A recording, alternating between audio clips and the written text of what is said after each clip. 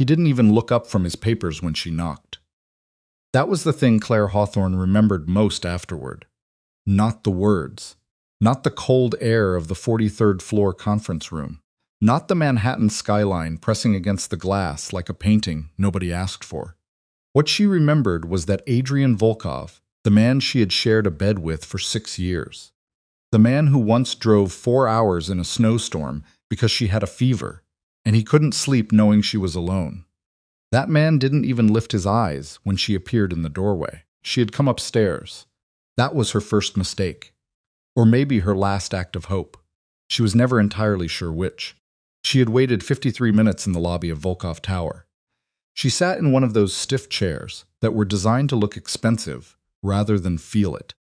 She watched his security team rotate in and out with the mechanical precision of men who had stopped thinking about why they did what they did a long time ago. She had told herself 10 more minutes every 10 minutes. It is the way people do when they already know the answer, but aren't ready to stop asking the question. Then Marcus Webb, Adrian's head of security, had come down himself. Marcus, who had known Claire since before the wedding, who had once carried her groceries 4 blocks in the rain because she refused to take the car service, and he refused to let her walk alone. Marcus had looked at her with an expression she had never seen on his face before. Something tired, something almost guilty. Mrs. Volkov, he's finishing up with the Castellano people. It shouldn't be more than that. I'll go up, she said. Marcus had hesitated. That hesitation told her everything, but she went anyway. The elevator doors opened onto the 43rd floor, and she heard Adrian's voice before she saw him. That low, controlled register he used in rooms where every word was being measured. She moved down the corridor toward the half-open conference room door. She was almost at the threshold when she heard Marcus's voice behind her. He had followed her up, speaking quietly to Adrian through a second entrance on the far side of the room. Your wife has been waiting downstairs for almost an hour. She mentioned dinner. There was a pause. The kind of pause that in another version of her life she would have filled with hope.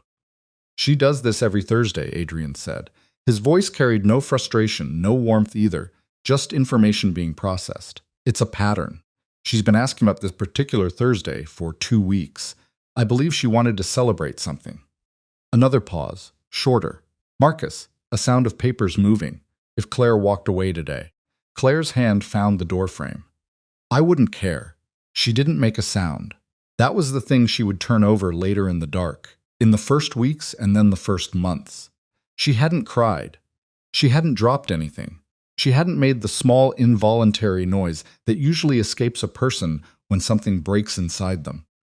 She had simply stood at the doorframe and felt the sentence move through her, the way cold water moves through a space. It was always going to fill eventually. She turned around. She walked back down the corridor. She pressed the elevator button once, and when the doors opened, she stepped inside. She watched the number above the door count down from 43. She thought about the apple pie sitting in the back seat of the car she had borrowed. Her own car was getting new brake pads, and she hadn't wanted to cancel again. The pie was from Hartley's Bakery on West 74th, the one that had been there since before either of them was born. She had gone that afternoon specifically because Adrian had mentioned Hartley's exactly once, 3 years ago. He said he used to walk past it as a teenager. The smell coming through the door was the first thing he could remember, that made New York feel like somewhere a person might actually belong. She had remembered that the way she remembered most of the small things he'd said, stored carefully because small things were mostly what she'd had. She had also written a note, 4 sentences on the back of a grocery receipt, because she hadn't had anything else in her bag. 30 minutes. That was all she was asking for. 30 minutes and the pie and whatever was left of Thursday evening. She left both on the kitchen island in the penthouse apartment where they technically still lived together, though Adrian slept there perhaps 9 or 10 nights a month. She placed the pie in the center and the note beneath it, where he would see it when he lifted the box. Then she left. She didn't take anything. She had a jacket, her bag, and her phone. She took the stairs because she didn't want to be in the elevator if Marcus came up behind her, trying to manage the situation.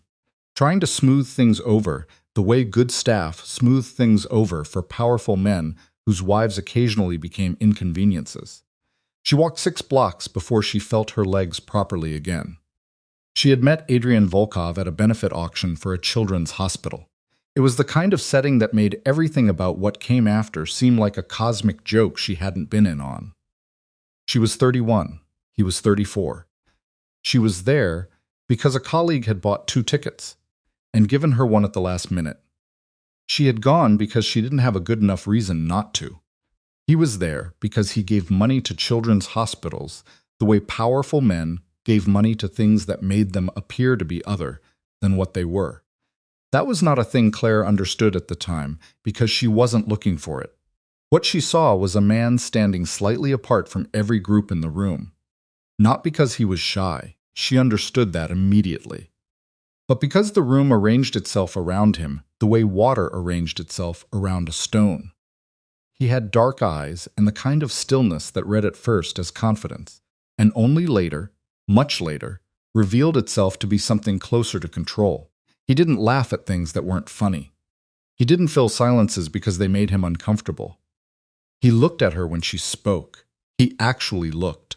And at 31, after years of men who were present only in body, that had felt like something extraordinary. He had asked for her number by writing his own on a cocktail napkin and sliding it across the high-top table without fanfare. She had called him 2 days later because she was not the kind of person who played at being less interested than she was. Their first 3 years had not been simple. She was not naive about what he was. Not entirely. Things became clear in layers the way cold does when you've been outside longer than you realized. He never lied to her outright about the nature of his work. He simply never described it in terms that required her to confront it directly. She had accepted that arrangement because she loved him. Because the man she loved in those years was present in a way she had never expected from anyone. He had driven 4 hours in a snowstorm. He had remembered the names of her students. She taught adult literacy at a community center then, before the marriage made her schedule someone else's. He asked about them the way people ask about things they actually care about, not the way people ask to appear like they do. He had once sat beside her for 3 hours while she cried about her mother without trying to fix anything or leave. She had loved him for that, more than almost anything else. That man had not vanished all at once. He had faded, slowly, the way daylight fades on a winter afternoon. So gradually you keep thinking it's still bright enough to see, and then suddenly you can't read anything at all. The divorce of their lives had happened long before any paperwork. It happened in the 2nd year of his expanded operation, when the calls started coming at 2 in the morning. He stopped turning his phone face down out of consideration for her sleep. It happened in the 3rd year, when he began taking meals in his office, because there were always people waiting. Always something that couldn't wait. It happened in year 4, when she stopped setting 2 places at the kitchen island, because the 2nd setting had started to feel like an accusation. She had never made demands she knew were impossible. She had not expected him to be something he wasn't. But she had believed, she had genuinely believed, and this was the part that burned later, that she was somewhere in the structure of his life. Not first, maybe. She had understood from the beginning that a man like Adrian Volkov did not put people first. But somewhere in the order of things that mattered to him, she had believed she existed. Thursday dinners had been her idea 18 months ago.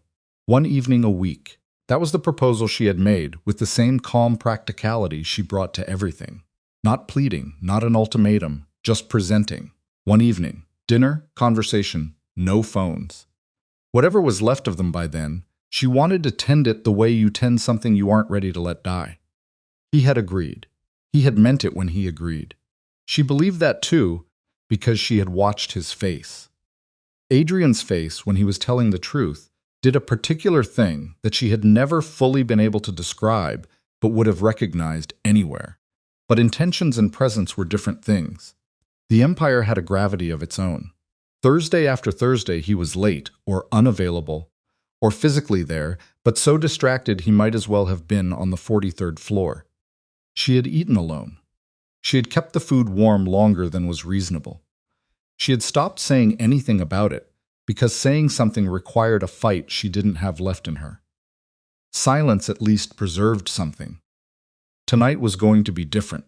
She had decided that 2 weeks ago with a clarity that arrived not as anger, but as something quieter and more final.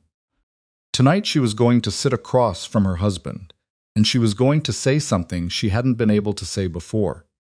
That she was disappearing from this marriage, and she needed to know if he noticed. She needed to know if there was anything left in him that could be brought back to the place they had started.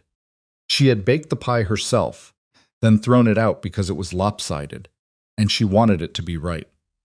Then she drove to Hartley's because she didn't have time to try again. She had written the note. She had waited 53 minutes in the lobby. And then she had walked down a corridor and stood at a doorframe and heard the sentence that answered her question completely. I wouldn't care. Not I have to finish this meeting. Not tell her I'm sorry. Not even the flat dishonesty of I'll be right there. Just a verdict delivered without feeling about the possibility of her absence. As though the question of Claire Hawthorne's departure from his life was a logistical matter. About as significant as a minor rescheduling. She was 6 blocks away when her phone rang. She didn't recognize the number, but she recognized the prefix. One of the secure lines from the Volkov office network. She watched it ring. She let it go to voicemail. No message was left. She walked to the subway station at West 68th and stood on the platform. She watched the downtown train arrive and felt underneath the numbness something she had not expected. Relief. Not the relief of escape, not yet, but the relief of certainty, of knowing, of the question that had been sitting in her chest for 18 months finally having its answer. Spoken in her husband's own voice without the softening of a lie or the kindness of a deflection. She rode the train to a stop she'd been visiting in secret for 7 weeks. A neighborhood in Brooklyn where the rents were manageable and the streets had the specific kind of unglamorous ordinariness that Manhattan had long since priced away. She walked up 3 flights of stairs to an apartment that smelled like fresh paint and old wood floors. It held almost nothing.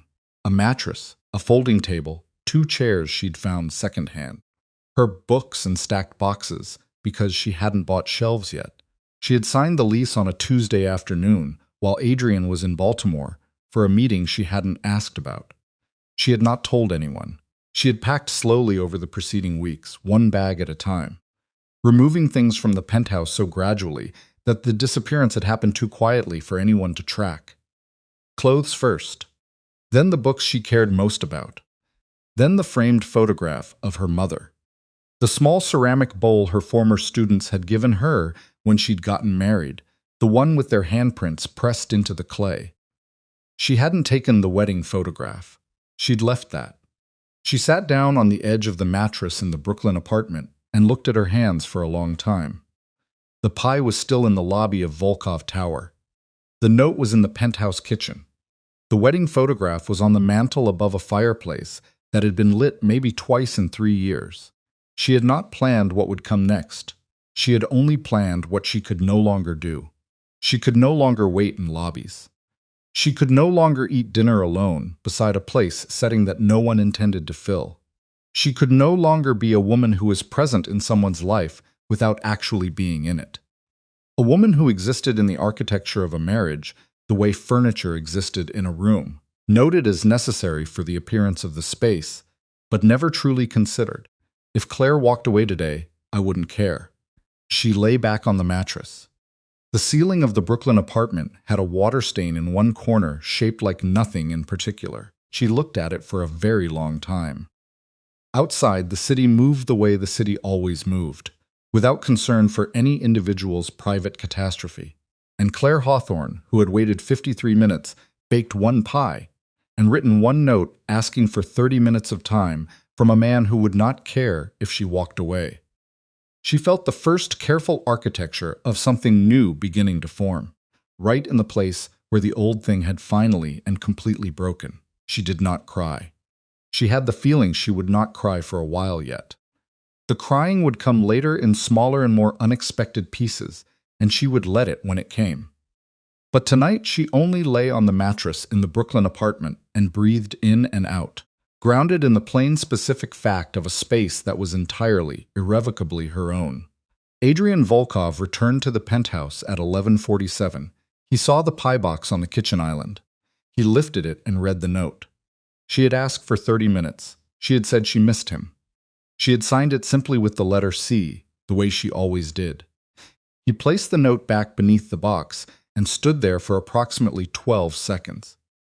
Then he took a bottle of water from the refrigerator, went to his office, and returned 3 calls that had come in after 10.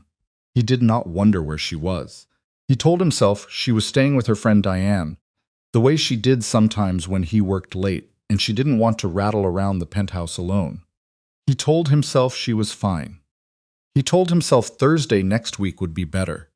He actually believed in whatever part of him still operated on that particular frequency that there would always be another Thursday. He had no idea the pie was from Hartley's.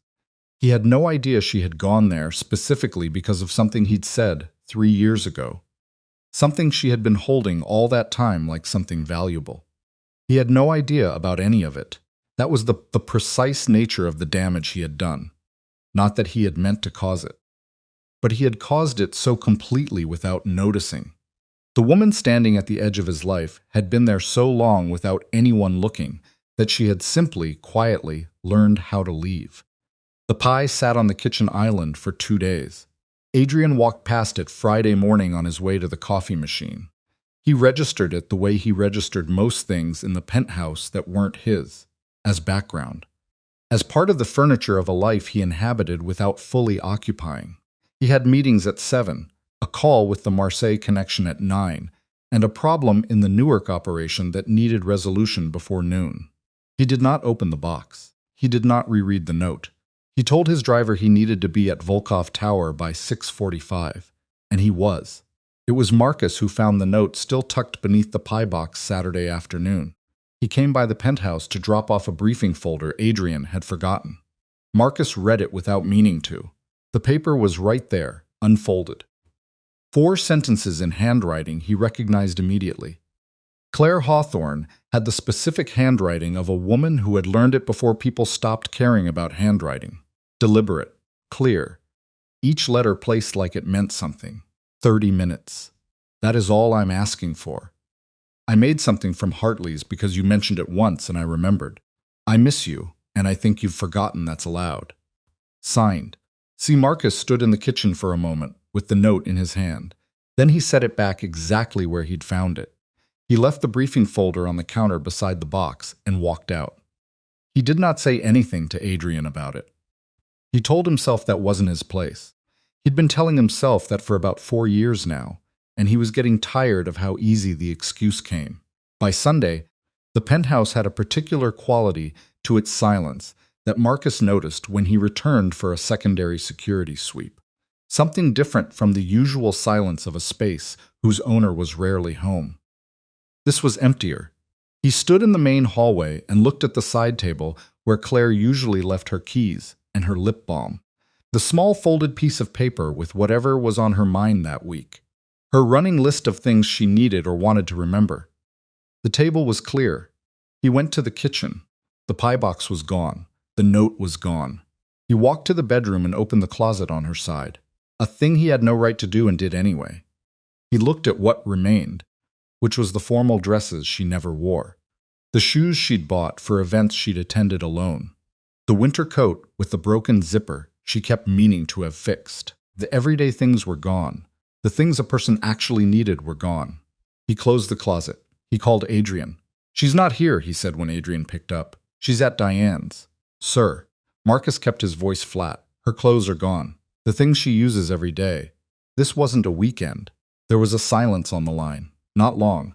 Adrian processed things quickly. It was one of the things that made him what he was. "How much is gone?" "Enough." Another silence. "Find out where she is. And when I find her." "Find her first," Adrian said. "We'll figure out the rest." The call ended. Marcus stood in the middle of Claire Volkov's empty closet and breathed through his nose. He thought about a woman who had sat in the lobby of this man's building for 53 minutes and then gone upstairs anyway, because she had apparently not quite finished hoping. He started making calls. It took him 4 days. Not because Claire had hidden herself badly. She hadn't tried to vanish. She hadn't changed her phone number or emptied the joint accounts. She hadn't done any of the things a woman with resources and motive might do when she was genuinely running. She had simply gone somewhere nobody thought to look, because nobody had been paying attention to what her life looked like outside the penthouse and the charity functions and the role of Adrian Volkov's wife. The apartment was in Brooklyn, 3rd floor, lease in her own name, signed 5 weeks before she left. 5 weeks. Marcus sat with that number for a while. 5 weeks meant she hadn't left on impulse. 5 weeks meant she had gone to Brooklyn and looked at an apartment and signed a lease and started moving her things a piece at a time. While Adrian sat at his desk 43 floors above Manhattan, running an empire he believed was the most complicated thing in his life. He went to Adrian's office with the address and the information about the lease date. He did not soften it. "She signed it 5 weeks ago," he said. Adrian was standing at the window. He didn't turn around. "Say that again." "The lease. She signed it 5 weeks before she left." The silence this time was different. Marcus had worked for Adrian Volkov for 11 years. He had watched the man sit across tables from people who wanted him dead and never show a thing. He watched him now and saw something move across the back of his neck. A tightening. A micro-adjustment of the shoulders that in anyone else Marcus might have called distress. "She was planning it," Adrian said. "Not a question, just the fact being turned over. Looks that way. While she was still here." "Yes." Adrian turned from the window. His face had done the thing it did when he was incorporating something unpleasant. Gone very still, very precise. The way a surgeon's hands go still before they cut. "She wanted out 5 weeks ago, and I didn't know." "You didn't notice," Marcus said. He said it because he was tired and because it was true, and because he'd made a decision somewhere between the lobby and this office that he was going to stop managing this particular truth for this particular man. "There is a difference." Adrian looked at him. The look lasted about 3 seconds longer than comfortable. "Careful." "I know." Marcus held the look. "I'm going to be careful, and also I'm going to say it. She was asking for a Thursday dinner every week for 18 months. You were in the building every one of those Thursdays, and you didn't make it once." "That's not my business, I know." Marcus set the address on the desk. "Here is where she is." He turned to go. "Marcus." He stopped. "What did she say?" "In the note." Marcus looked at the wall for a moment. "She said she missed you. She said she thought you'd forgotten that was allowed." He left before Adrian could respond. Adrian did not go to Brooklyn. He stood at his office window for 40 minutes after Marcus left and looked at the Manhattan skyline. A view which had never once offered him anything useful. He thought about 5 weeks. He thought about Claire moving through the penthouse in the weeks before she left, carrying her things out quietly, bag by bag, morning by morning, while he drove to Volkov Tower. He thought about what her face must have looked like doing it, and here was the problem. Here was the specific failure of the whole enterprise. He could not actually picture her face. He could not picture what Claire looked like when she was in pain, because he had not looked at her closely enough or recently enough to have that image available. He knew what she looked like at charity functions.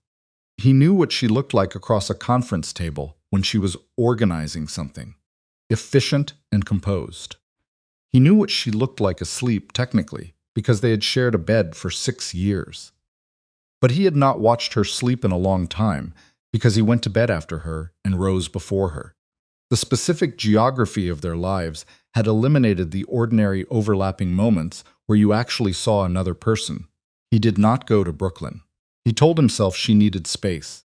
He told himself calling her would look like control rather than concern. He had enough self-awareness by this point to understand that Claire's experience of being pursued by him would not resemble the movies.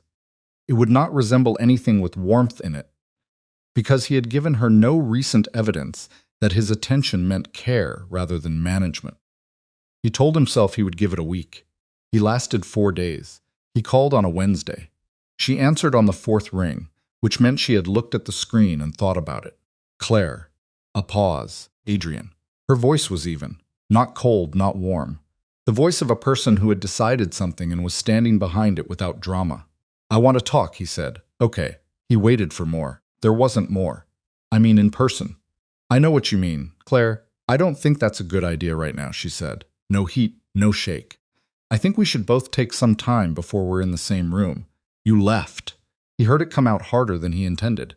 You left. You didn't say anything. You just left. I said something. Her voice stayed even. I wrote it down. I put it under the pie. He opened his mouth and closed it. Outside his window, a helicopter crossed the skyline from east to west, and he watched it go like it might have something to tell him. I read the note, he said. I know you did. It's been almost a week, and the first time you contacted me is now. She wasn't accusing. That was somehow worse. She was just reporting what had happened the way you report weather. That told me what I needed to know. I've been trying to give you space. Adrian. She said his name with a patience that was exhausting. I've had nothing but space. I've been living in space for 3 years. That is not what I needed. He was quiet. I need to go, she said. I have somewhere to be. Where? A small pause. He heard something in the background. Voices. Distant, a child's laugh cut short by a door or a wall. I volunteer somewhere on Wednesday evenings. I have for a few months now. You never mentioned it. You never ask about my Wednesdays, she said simply, without malice. I'll talk to you when I'm ready. Okay. She ended the call. He held the phone for a moment, then set it face down on the desk. It was something he used to do so the light wouldn't disturb her when she was sleeping. Marcus ran the background on the Wednesday volunteering inside of 24 hours, not because Adrian asked him to. Adrian hadn't asked him anything directly since the conversation about the lease, but Marcus had 11 years of reading this man's silences. He ran it because the alternative was watching Adrian Volkov make the specific category of mistake that powerful men made when they felt the ground shift and responded by trying to control the terrain. A literacy center in Carroll Gardens. She'd been going since September, 4 months, which meant she'd started before she signed the lease, before she'd started moving her things. She'd been building a life in parallel for longer than anyone had tracked. Marcus looked at the volunteer roster. Claire Hawthorne. She was using her maiden name there, he noticed. Listed as a Tuesday and Wednesday evening volunteer. Adult reading program and children's after-school literacy support. The center director was a woman named Ruth Okafor. The other regular volunteers included a retired school teacher, 2 college students, and a history teacher from a middle school in Park Slope whose name was Ethan Brooks. Marcus ran Ethan Brooks the way he ran everyone who came within the orbit of people Adrian cared about. Force of habit or professional obligation or both. He'd stopped examining the distinction years ago. 31 years old, public school teacher 7 years. No record, no debt beyond normal. Coached junior debate on his own time. Volunteered at the literacy center since the previous spring. 8 months. By all accounts, and Marcus checked several, a person who was exactly what his profile suggested. A man who had chosen a life of moderate means and genuine purpose and was apparently satisfied with both. Marcus put the file on Adrian's desks without comment. Adrian read it in his office at 11 at night, alone. The desk lamp making the room feel smaller than it was. He read Ethan Brooks's file the way he read threat assessments. Looking for the angle, the leverage, the hidden seam where a person's presentation broke from their reality. He didn't find one. He read it twice. Then he closed the folder and sat back and looked at the middle distance for a while. He told himself it didn't matter. She was allowed to know other people. He had no claim on how she spent her Wednesdays or her Tuesdays or any other day. Now that she had removed herself from his life with 5 weeks of deliberate, quiet planning, he told himself that, and he believed it right up until the following Friday. He had Marcus drive him to Carroll Gardens. He sat in the back of the car down the block from the literacy center. He watched the lights in the windows and the volunteers coming out in 2s and 3s at 8:30. And he saw Claire. She was standing on the sidewalk in a blue coat he didn't recognize. New, or maybe old. Maybe she'd always had it, and he'd never seen her wear it because he'd never been around on Wednesday evenings. She was talking to a tall man in a gray jacket who was laughing at something she'd just said. Not performing laughter, not the social kind, the kind that arrived without warning and left a person slightly off balance. Claire was laughing too. It was not the laugh Adrian had seen at charity functions or, at dinner parties where the guests were his people, and she was the gracious accompaniment. This was the laugh she used to aim at him in the early years, when he'd said something he hadn't intended to be funny, and it had caught her off guard. The laugh that came out of her then was always surprised, like joy had startled her. He had not made her laugh that way he tried to think. He could not find the date, the man in the gray jacket. Adrian did not need to be told this was Ethan Brooks. He touched her arm briefly, the specific touch of parting. See you Tuesday. And then he walked in the opposite direction. Claire stood for a moment on the sidewalk. She looked up at the street at the ordinary Brooklyn evening around her. Her face in that unguarded moment was something Adrian recognized and had not seen in a very long time. She was at peace, not happy, necessarily, not transformed, not healed, just present, occupying her own life without bracing for something. Adrian sat in the back of the car and felt the thing he felt maybe 4 times in his adult life, the sensation of losing something in real time and being completely unable to stop it.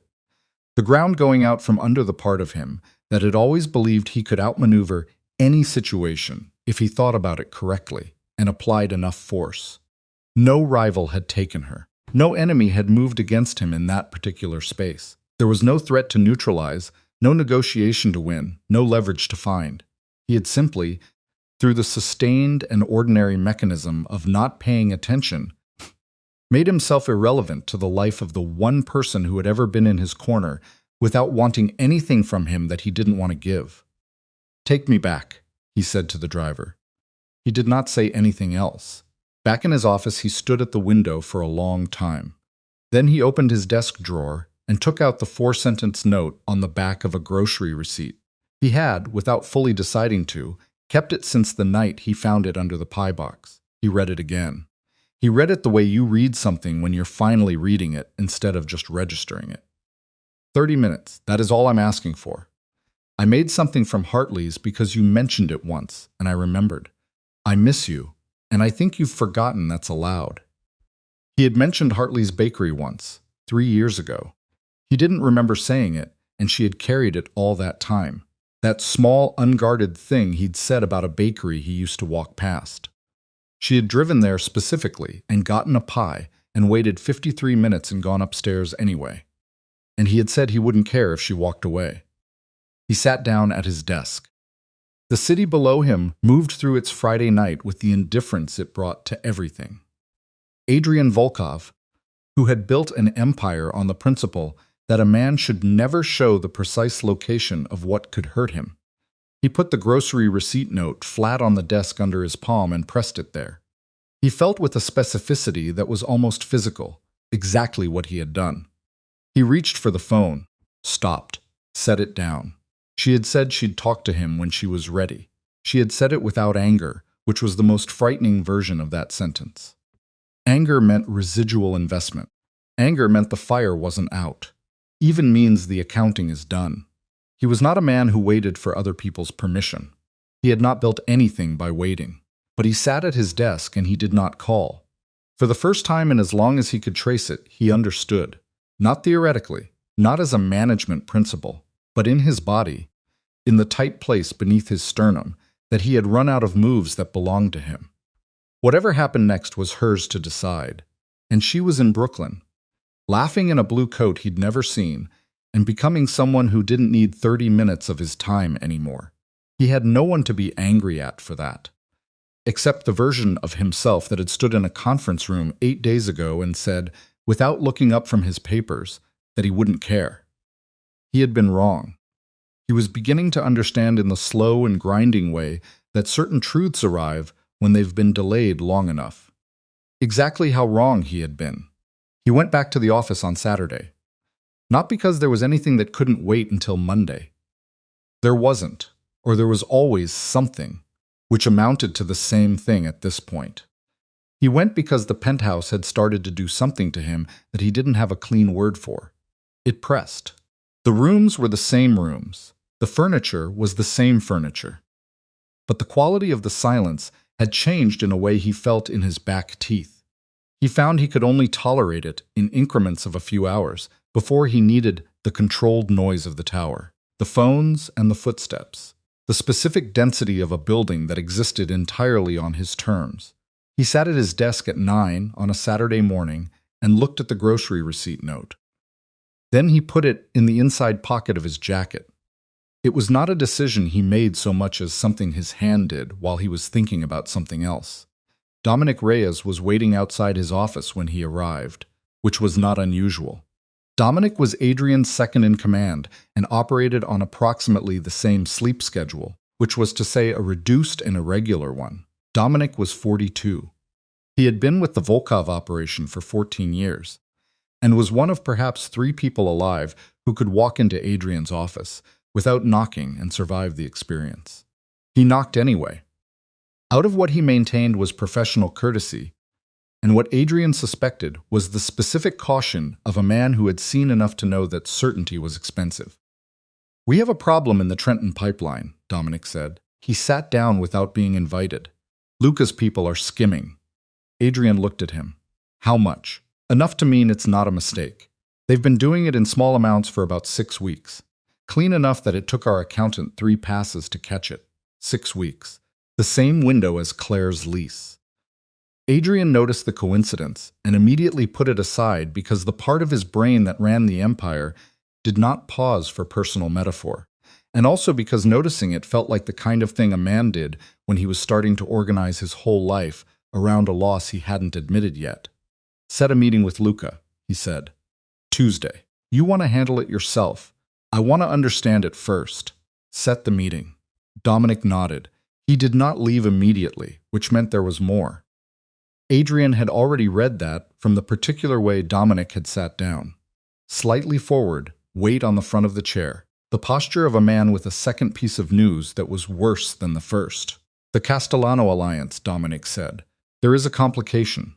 "Define complication." "Victor Castellano's son is making noise, Marco."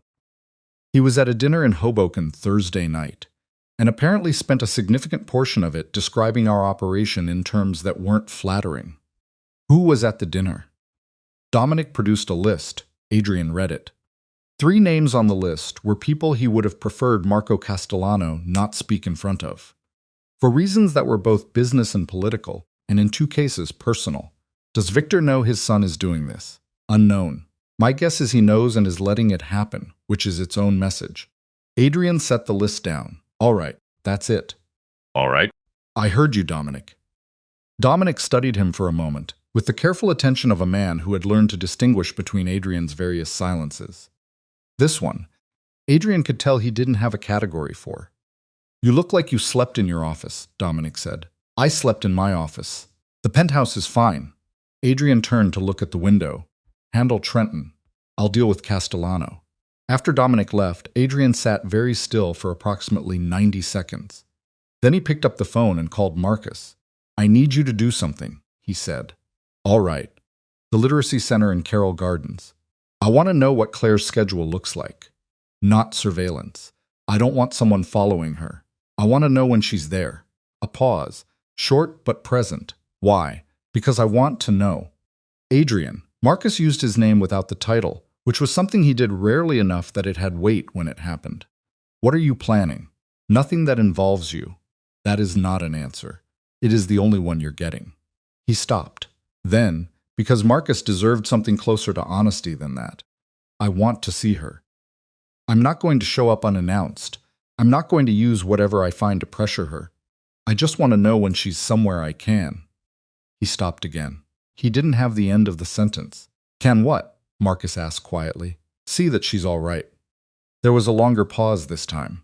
"She's all right," Marcus said. "I can tell you that for free. She's more all right than she's been in a while. That's what you're going to see if you go down there." "I know," Adrian said, "and you still want to go."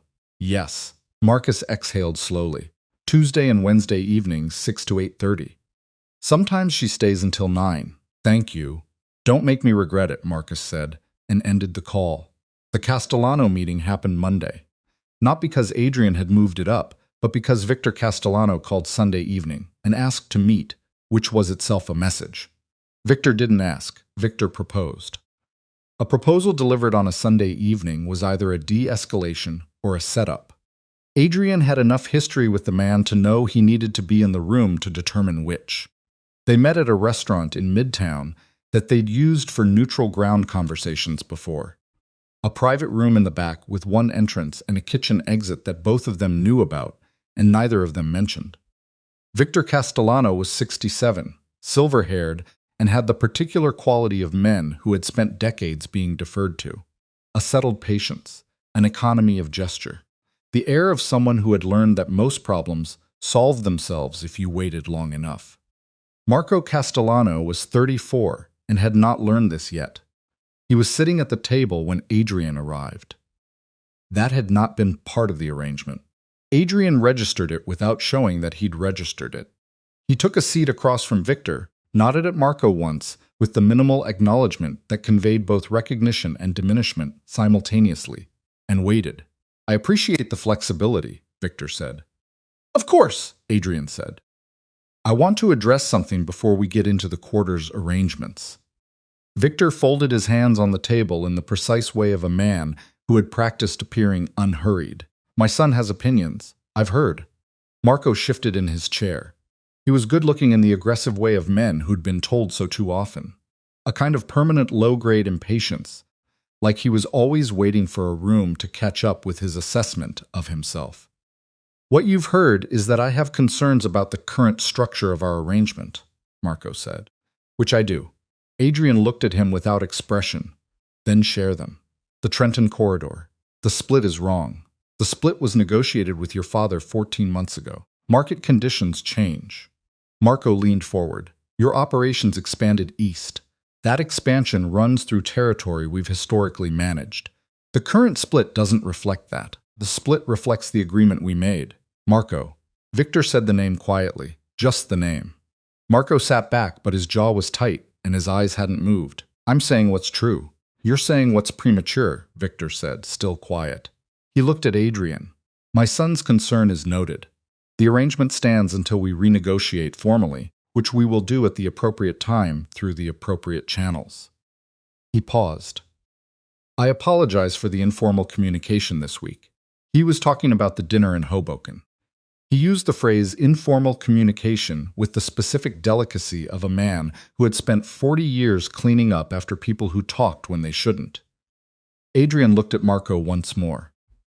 Marco held the look with the particular stubbornness of someone who'd been corrected in front of an audience and hadn't finished processing the injury. "I appreciate the clarity," Adrian said to Victor. The meeting lasted another 40 minutes and resolved nothing new, which was its own kind of resolution. Walking out, Adrian felt Marco's stare on his back with the physical weight of an unfinished conversation. The kind that didn't end in a restaurant. In the car, he called Dominic. "Keep eyes on Marco Castellano," he said. "Not on the father, the son." "Already moving that direction," Dominic said. "Move faster." He went to Carroll Gardens on Tuesday. He did not plan it as carefully as he'd planned most things in his life.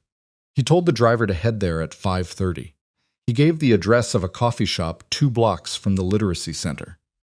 He sat in a corner booth with an espresso he didn't drink while he tried to think about the Castellano situation. Instead, he thought about the blue coat. At 6:15, he walked to the block where the center was. He did not go inside. He was clear with himself about that. He stood across the street, under the overhang of a dry cleaning shop, and watched the lit windows of the building. A converted brown stone with a painted sign above the door that he could read from where he stood. Carroll Gardens Learning Center, open to all. Through the front windows he could see shapes moving, the organized chaos of a room with children in it, small figures at low tables, adults bent at patient angles. At 7:20, Claire came out the front door with a woman he didn't recognize. Middle-aged, carrying a tote bag overflowing with papers. They stood on the steps and talked for several minutes. From across the street, he watched Claire's face the way he'd watched it Friday from the car. This woman who was his wife, talking to a colleague with the ease of someone who had made herself at home in a life she'd built without him. Then Ethan Brooks came out. He was taller than he'd looked in his file photo. File photos always flattened people. Something about the frontality of them. He wore the same gray jacket, or one like it. He said something to the woman with the tote bag, and she laughed. and headed down the block. Then he turned to Claire and said something else. Claire tilted her head. She responded. They talked for a few minutes on the steps. There was nothing in the conversation that looked significant. No leaning in. No charged silences. Nothing that Adrian's trained eye for subtext and concealed meaning could identify as more than two people ending a shared evening. But Ethan Brooks looked at Claire when she spoke with the specific attention of a man who found the person in front of him interesting.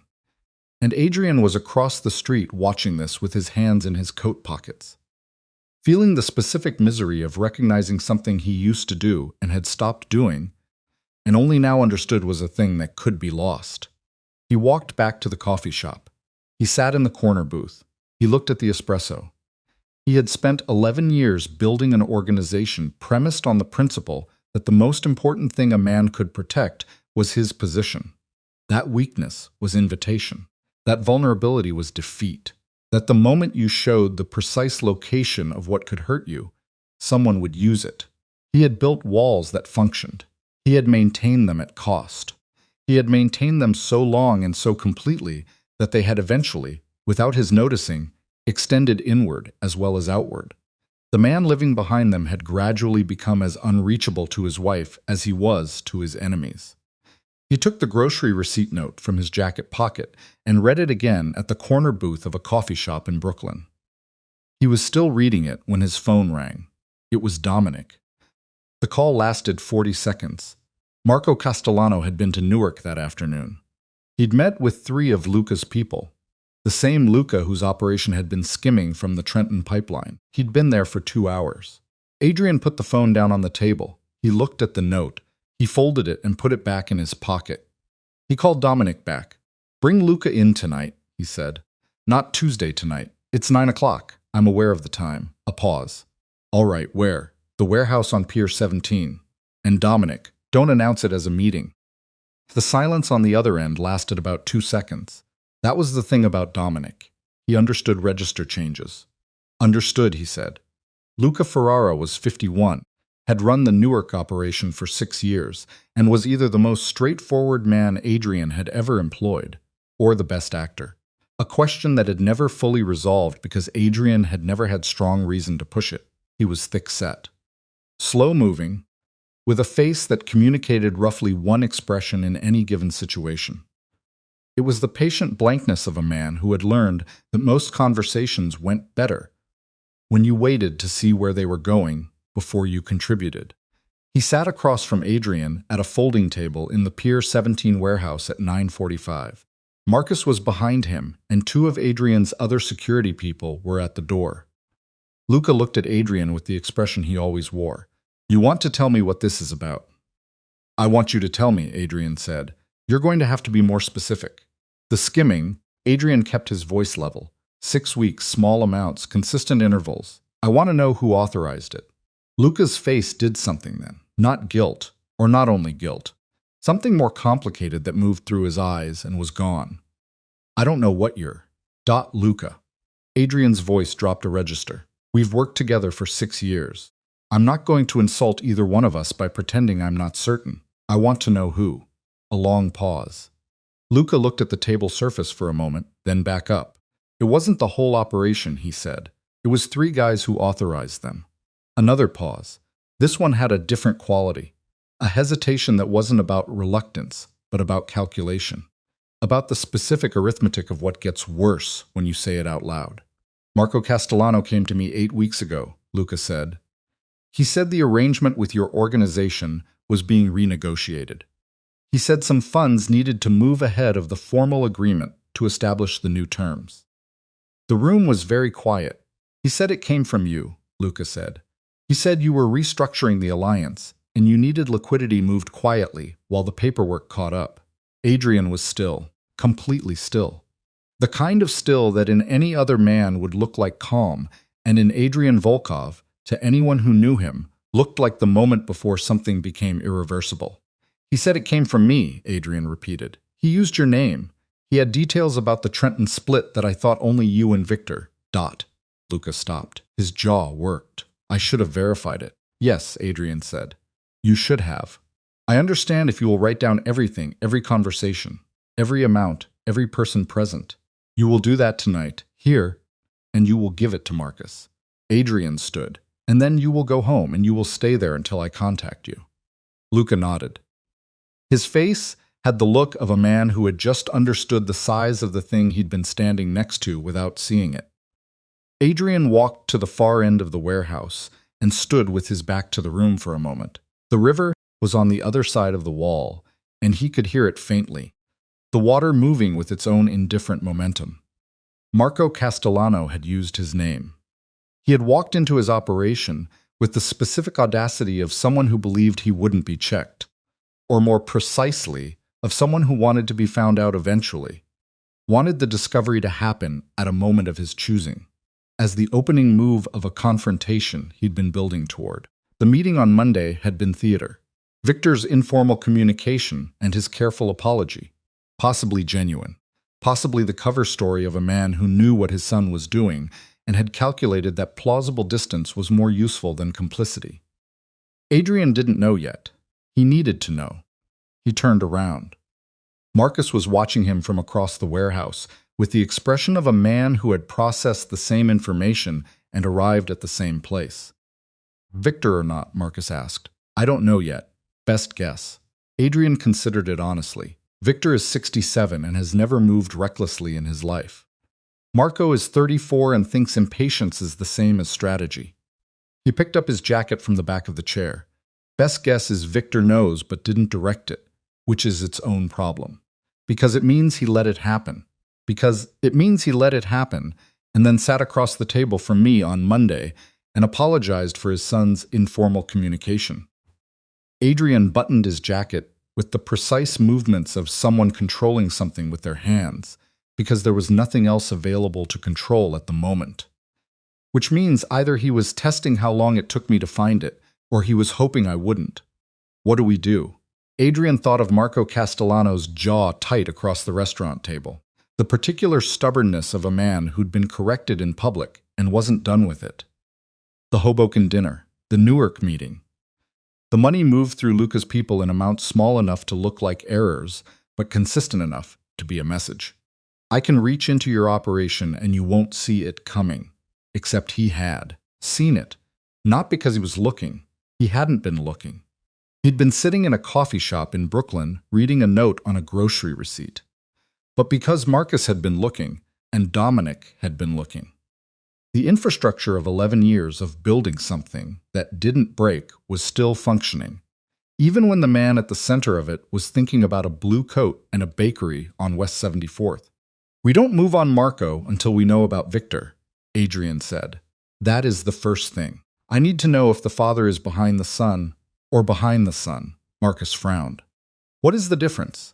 Behind the son means he supports it, but let Marco run it so there is distance. Behind the son means he's standing clear of it, watching to see if it collapses on its own. Adrian walked toward the door. One of those is a betrayal. The other is a father who hasn't figured out yet that he has a problem, and if it's the betrayal. Adrian stopped at the door. He looked at the river through a high, grimy window. The dark water and the lights of the opposite shore, the city going on. He thought about Claire in the blue coat. He thought about Ethan Brooks looking at her when she spoke. He thought about the specific damage that came from not paying attention. From believing the things that mattered would remain available indefinitely. From treating permanence as a default rather than something that required maintenance. Required presence. Required the basic acknowledgement that what you had was something that could be lost. He had done that with his marriage for 6 years, and it had cost him the one person in his life who had asked for nothing except to matter. He was not going to make the same calculation twice. If it's the betrayal, he said, then everything changes. He pushed open the warehouse door and walked out into the November cold. The river smell hit him, and somewhere across that water was Brooklyn. And a woman in a blue coat was getting home from a literacy center, and probably making tea or reading or doing whatever a person did when they had reclaimed enough of their own life to have evenings that belonged entirely to them. He got in the car. The Penthouse, he told the driver. He sat in the back and looked at his hands. They were the hands of a man who had built something enormous and maintained it through force and intelligence and the absolute refusal to show weakness.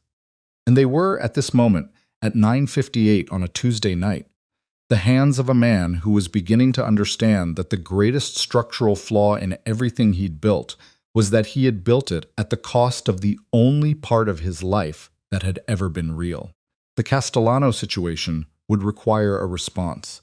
Luca would write his account, and Marcus would verify it. Dominic would prepare the necessary preparations for whatever came next. The Empire would handle the Empire. But something else was also happening, in the slower and less legible part of him where decisions formed before they became decisions.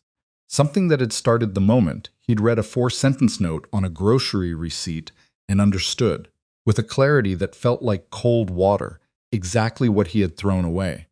He was going to have to become someone different. Not for her, or not only for her. For the reason she had once believed in him. Back when there was something in him worth believing in. Back before the Empire had consumed everything, including the man who'd built it. He did not know if it was too late. He suspected it might be. He was going to find out anyway. Luca's written account ran to 11 pages. Marcus brought it to Adrian at 6 in the morning, still warm from the printer.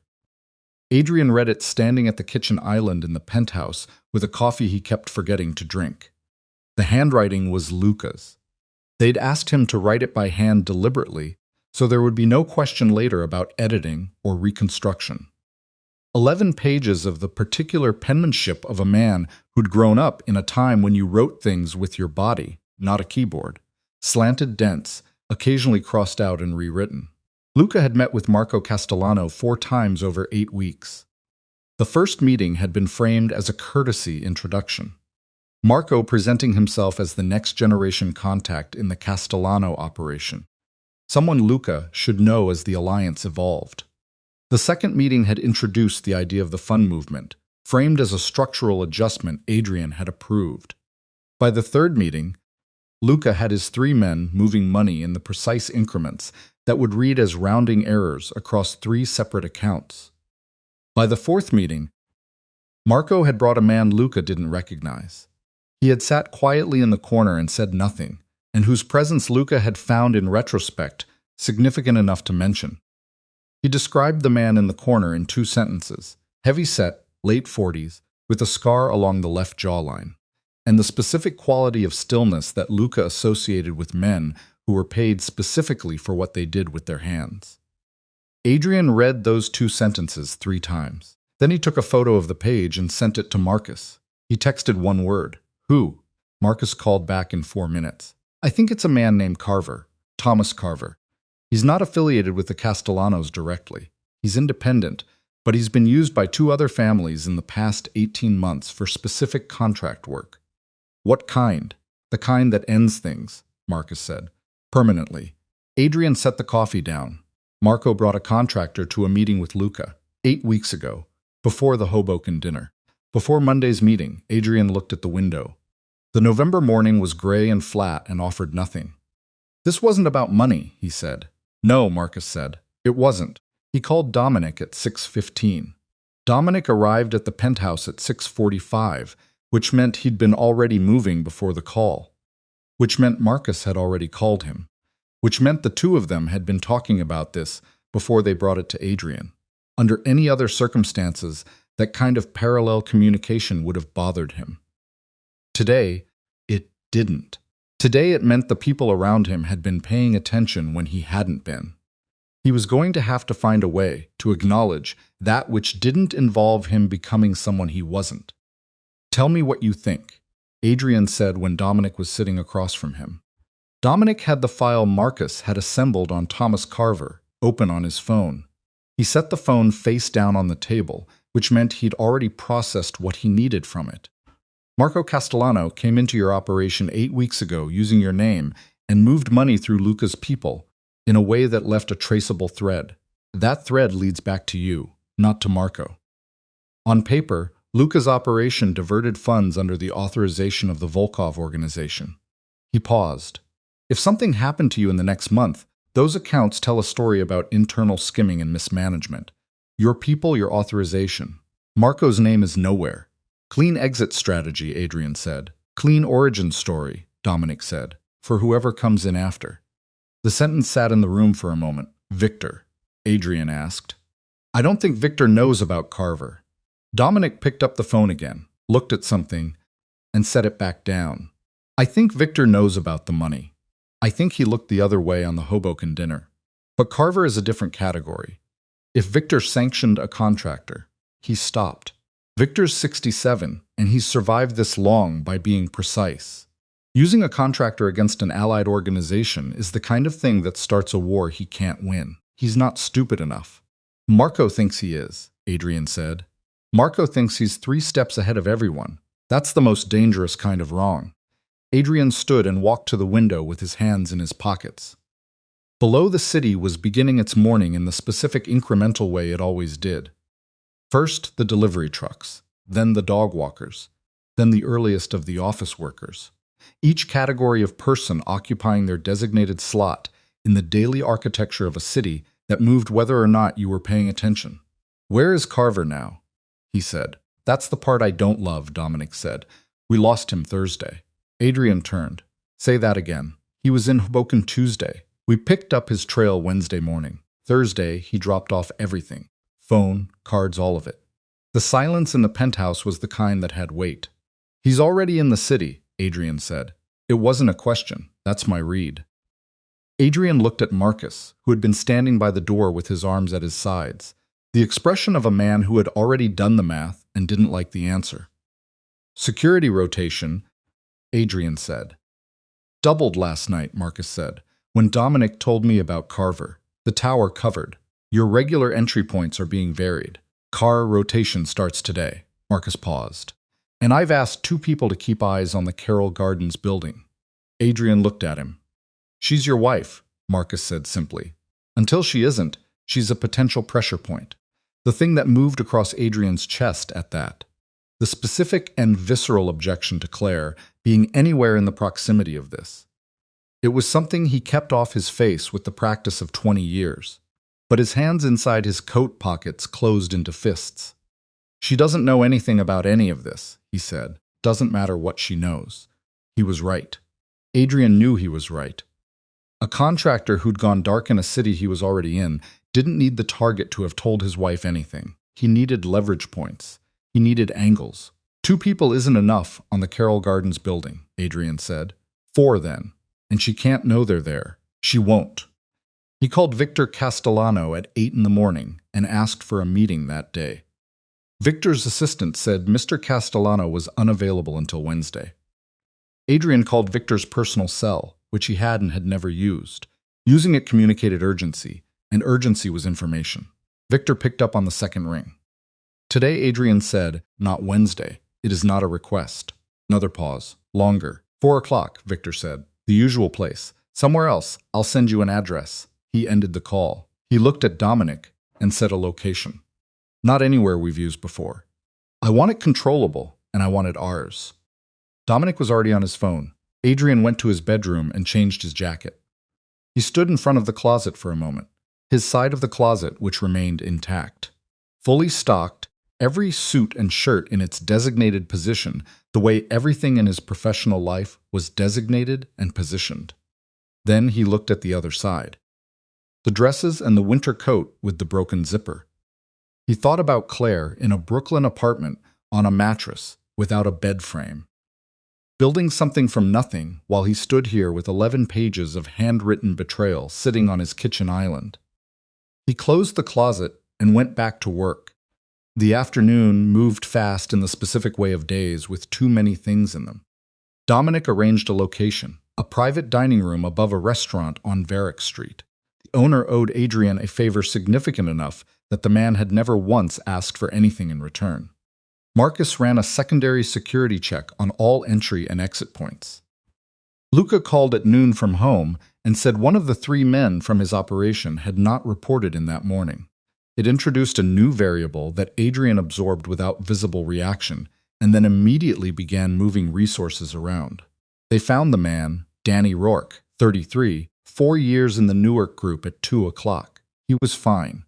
He'd gone to his mother's house in Queens because he was frightened, which was a reasonable response to having participated in a criminal diversion scheme under false authorization, and then watching his boss get quietly summoned to a warehouse meeting on short notice.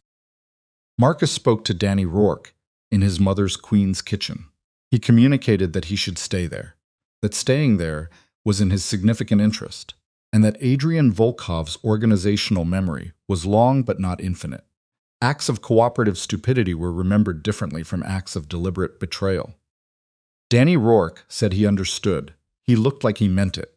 At 3:45, Adrian's car stopped outside the Varick Street restaurant. Marcus swept the room twice before Adrian went up. Dominic was already inside. 2 of Adrian's security people were at the door. Victor Castellano arrived at 403 with his own 2 security people, whom Marcus met at the entrance with a conversation that was professionally courteous and resulted in them remaining downstairs. Victor came up alone, which meant he'd made a calculation about this meeting that Adrian found interesting. Victor sat down across from him. He looked at the room, the layout, the exits, the positions of Dominic and Marcus with the experienced eyes of a man reading terrain. "You've been busy," Victor said. "Sit down, Victor." Victor sat. He folded his hands on the table in the same way he had Monday at the restaurant. The patience of a man who believed he could wait anything out. "Marco," Adrian said. Victor's face didn't change. "What about him?" "He came into my operation 8 weeks ago using my name. He moved money through my people in a way that puts the liability on my organization. And he brought a man named Thomas Carver to his 4th meeting with my Newark contact." The name landed. Adrian watched Victor's face when it did. He watched the small, precise movement in the muscles around his eyes that a less observant person might have missed entirely. Victor knew the name. "I don't know what Marco." He started. "Victor." Adrian kept his voice level. "We have known each other for 9 years. I've been in rooms with you where things were said that could have ended both of us. Neither of us moved on the other because we were smart enough to understand that the alliance was worth more than the advantage. I'm asking you to be that smart right now." A long silence. Victor looked at the table. Then he looked up. His face had done something. The patience had shifted, replaced by something older, and Adrian thought, more tired. "I knew about the money," Victor said. "I didn't know about Carver." "Huh, you looked the other way on the money. I let Marco run something he thought was his idea." Victor's jaw moved. "I underestimated how far he'd take it." "A contractor, Victor. Your son brought a contractor into a meeting with my people while using my name.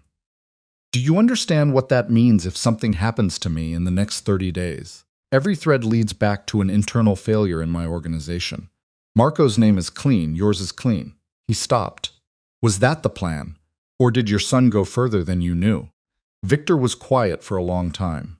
Long enough that Marco shifted his weight slightly by the door. A micro-adjustment that meant he was recalibrating. "Marco believes the organization needs new leadership," Victor said finally. His voice was flat and old and had something in it that might, in another kind of man, have been grief. "He believes I've been too conservative.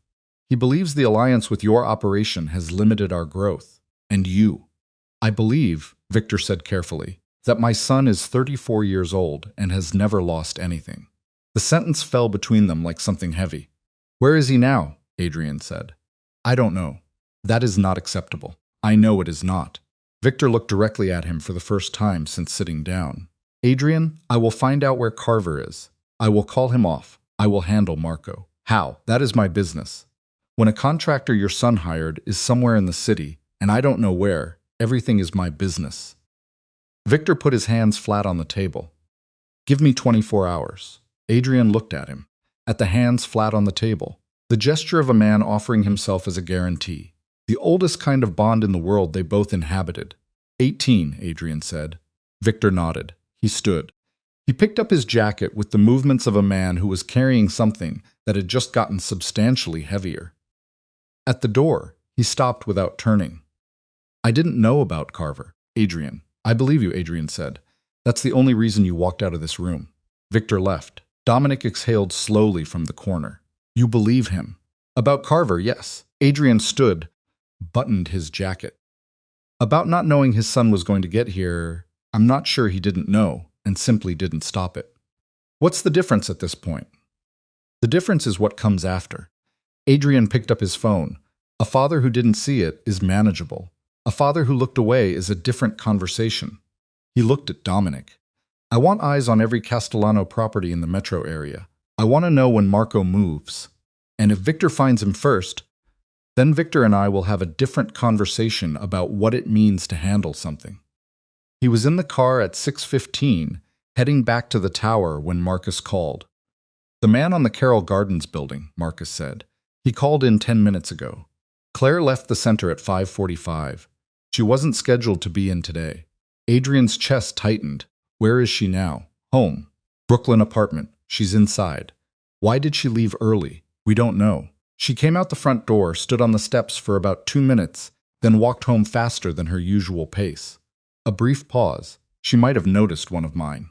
Or someone else's, Adrian said. The silence on the line was exactly 2 seconds. Get a second person inside the building, Adrian said. I'm coming, Adrian, I'm coming. He told the driver Carroll Gardens and felt the car adjust course. He felt the city reorganize around the new direction. He sat forward with his elbows on his knees and his hands together. He breathed through the constriction in his chest that he recognized as something he hadn't felt in years.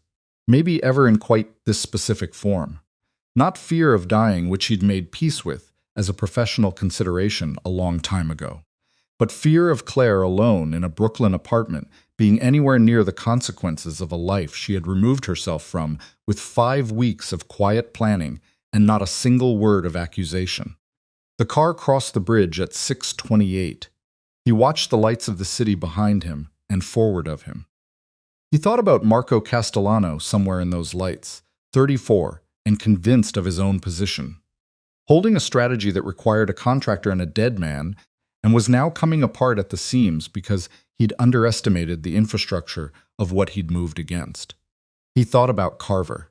The stillness of men paid for specific things, and the specificity of what those things were. He thought about Claire walking home faster than her usual pace. The car stopped on her block at 6:37. He got out without waiting for Marcus, who was 30 seconds behind him in a second vehicle.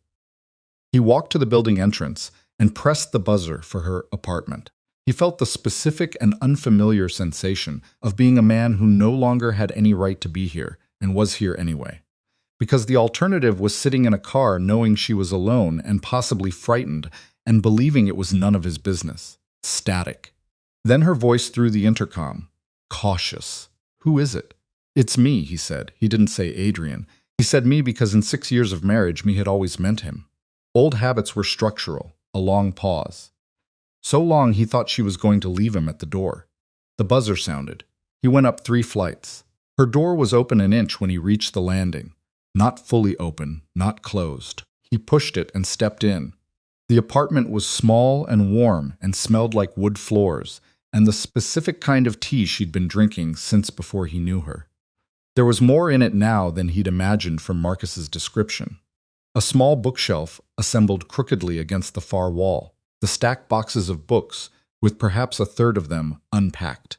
A folding table with 2 chairs, the mattress now with an actual frame. A lamp with a yellow shade that made the light look different from any light in the penthouse. Softer. The kind of light that existed in rooms where people actually lived. Claire was standing in the kitchen area. A counter, a 2-burner stove, the kettle already on. She was wearing jeans and a gray sweater he recognized from years back. One of his, actually. Something that had migrated to her side of the closet and become hers by occupation. Her hair was pulled back. She looked in the specific way of people who have recently been frightened. Like she was holding herself very carefully.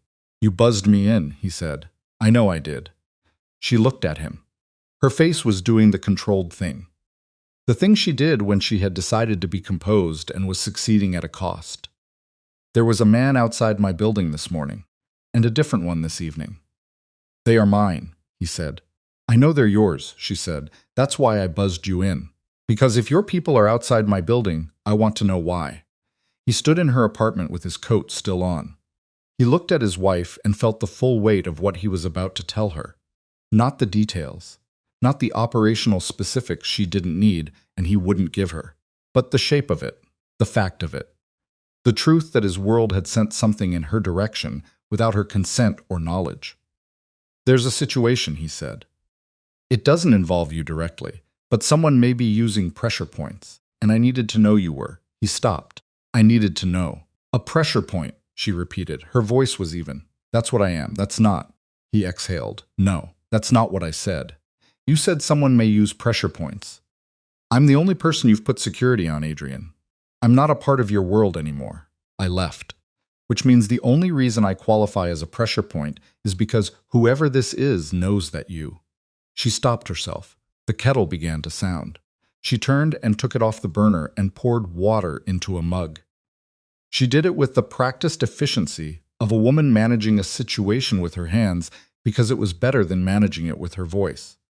"Knows that you'd respond." She finished quietly without looking at him. He didn't say anything. She set the kettle down. Her back was to him. "Are you in danger?" "I'm handling it." "That's not what I asked, Claire. Are you in danger?" She turned now, mug in both hands, and looked at him directly. Her eyes were clear and dark. They contained something he recognized as the specific courage of a woman who has been through enough that she no longer has the luxury of softening her questions. "There is a contractor," he said. "We believe he's in the city. We don't know where yet. We're moving on it." She absorbed this, the way she absorbed things. Very still, very internal. No visible reaction while the information settled into her. "How long?" she said. "We'll have a location within 18 hours. Victor Castellano." "I don't need the names." She shook her head once. "How long have you known?" "Since last night. And you came here at—" She glanced at the window, the dark outside. 6:30 because you left the center early, and you walked home faster than usual, and Marcus said you might have noticed one of his people. And I needed to know you were inside and all right." He heard himself say it, and it was true, and it was not the whole truth. Because the whole truth was that he had been in that car crossing the bridge with his hands together and something close to panic in his chest. A feeling he did not have a category, for in 11 years of running an organization that required him to have a category for everything. She looked at him for a long time. He had the uncomfortable sensation of being read. Of her eyes doing the same thing his did in rooms where he needed to understand the situation. Going through the surface of things to what was underneath. "Sit down, Adrian," she said finally. He sat. She didn't sit across from him. She stayed by the kitchen counter, mug in both hands, and looked at him from that position with the careful distance of someone who was choosing how close to stand to a fire. "Tell me what I need to do," she said. "Practically, not the details, just what I need to do to be safe until this is resolved," he told her. "Stay in the building when possible. Use the back entrance. Don't vary her schedule in ways that would create predictable empty periods. His people would be outside, just 2 of them, day and night. She wouldn't see them most of the time, but they'd be there." She nodded at each point with the specific efficiency of a woman who had organized her life around the absence of this exact kind of conversation, and was now having it anyway. When he finished, she was quiet for a moment. "Then, when this is over, yes, I want you to remove the security, all of it. I want my life back. I know. I mean it. I know you mean it." He looked at her. "I'm not going to use this as a reason to stay in your life, Claire. I came here tonight because you were in potential danger, and it's my fault. I needed to see that you were." He stopped again for the same reason he always stopped now when he tried to finish these sentences. The end of them was true in a way that felt exposed, in a way he didn't know what to do with. "That you were all right," he said. She looked at him with those clear, dark eyes, and something moved through them. Something that was not forgiveness and not warmth, not yet. But it was something adjacent to those things, something in the same family. Recognition, maybe. The recognition of a woman seeing a man be truthful after a long drought of it. "You should go," she said. He stood. He buttoned his coat. He looked at the crooked bookshelf and the yellow lamp and the 2 chairs at the folding table. The apartment that was entirely hers, built entirely by her. And he felt the specific ache of a man standing in a life he didn't get to have because he'd spent the years it was available to him looking somewhere else. "I am sorry," he said. "Not about tonight. For everything before tonight. She didn't respond to that. He hadn't expected her to. He went to the door. Adrian. He stopped. "Be careful," she said, not tenderly, not warmly, but the words were real, and she had chosen to say them. He understood that was its own kind of thing. That a woman who had decided to leave could still mean be careful and it not be a contradiction. "I will," he said. He went downstairs and out into the November cold. He stood on the sidewalk for a moment and breathed. Marcus was leaning against the second car watching him. "She okay? She's okay." Adrian looked up the street. "Any movement on Carver?" "Nothing yet." He nodded. He got in the car. His phone rang as the door closed. Dominic, voice tight in the way it got when information was arriving faster than structure could contain it. "We found Marco," Dominic said. "He's at a property in Red Hook. He's not alone. Who's with him?" "We're counting 4 people." And Adrian. A pause. The specific pause of a man deciding whether to lead with the worst part. Carver's car is parked outside. The city moved past the car windows, indifferent as always. Adrian Volkov looked at the dark water of the harbor, visible between buildings. He felt everything compress into the specific cold clarity that arrived when all the preliminary positioning was done, and what remained was the thing itself. "Red Hook," he said. Red Hook at night had a particular quality that other parts of the city didn't. The way the water smell came off the harbor and mixed with diesel and cold air. The specific industrial silence of blocks where nothing was open and nobody was supposed to be. Adrian's car stopped 2 streets over, from the property Dominic had identified. Not a warehouse exactly. A converted machine shop. One of the last ones in the neighborhood that hadn't been turned into condominiums or brewery tap rooms. Sitting at the end of a short block with chain link on 3 sides and a loading dock facing the water. The kind of building that appeared on no one's radar because it generated no traffic, no noise, and no reason for anyone to look at it twice. Marcus was already there. He'd taken a different route, arrived 4 minutes ahead, and was standing at the corner of the adjacent block when Adrian got out of the car. His breath was visible in the November air. His posture carried the specific controlled tension of a man who had assessed a situation and found it worse than anticipated. 4 people inside plus Carver, Marcus said quietly. 2 on the loading dock, but they're not hiding them, which is either confidence or stupidity. With Marco, it could be both, Dominic said. He'd arrived in a 3rd vehicle and came up from the opposite direction, moving with the unhurried precision of a man who had done versions of this before. "We have 6 people positioned. I can have 4 more here in 12 minutes. Adrian looked at the building. The lights inside were the low industrial kind, visible through the high windows as a yellow-gray glow that suggested work lights rather than overheads. The generator was running somewhere. He could feel it in his back teeth before he could properly hear it. "What's the play?" Marcus asked. It was the right question, and there were 2 answers to it. The first answer was the one that belonged to the version of Adrian Volkov, who had built 11 years of organization on the principle that a threat neutralized completely was a threat that could not recalibrate. 4 people and a contractor. A contained location. A night with no witnesses and a waterfront that had absorbed difficult things before and would again. The second answer was the one that had been forming since a Tuesday night at a coffee shop in Brooklyn. When he'd read a grocery receipt note for the 3rd time and understood, with the precision of a man who was good at understanding things too late, what he'd allowed himself to become. He thought about Claire's voice through the intercom. Who is it? The specific caution of a woman who had put herself back together in a small apartment and was not prepared to have the demolished version of her life follow her there. Be careful. She had said it without tenderness, and she had meant it. "I want Marco alive," Adrian said. Marcus looked at him. Adrian. "Alive, Marcus. The rest is contingent on what they do." He turned to Dominic. "Get the 4 additional people. Position them at the water side. If anyone tries to go out the loading dock, I want it covered. And Carver. Carver is a contractor. Contractors make calculations. When the calculation changes, so does the contract." He pulled his jacket collar up against the cold. "I'm going to give him the opportunity to make a different one." Dominic and Marcus exchanged a glance that lasted about 1 second. It communicated approximately 7 things, most of which Adrian registered and set aside. They had been with him long enough to understand that when he made a decision like this, the decision was made. 12 minutes, Dominic said, and pulled out his phone. They moved into position.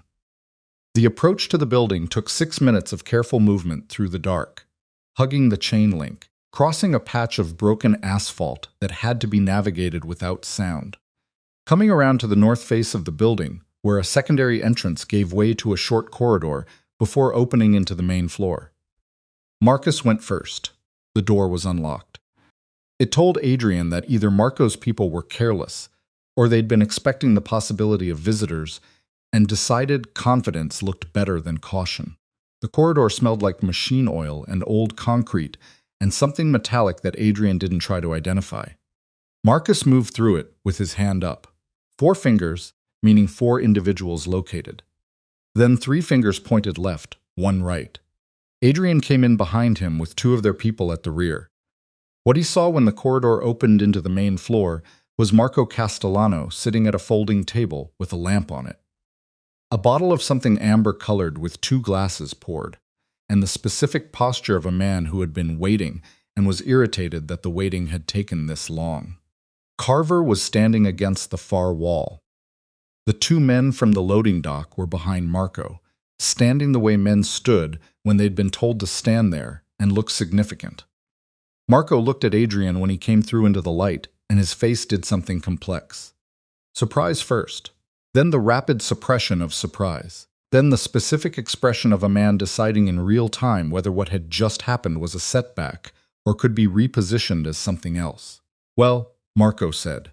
"Marco," Adrian said, "you found us faster than I expected." He looked at Marcus, at the 2 men behind Adrian.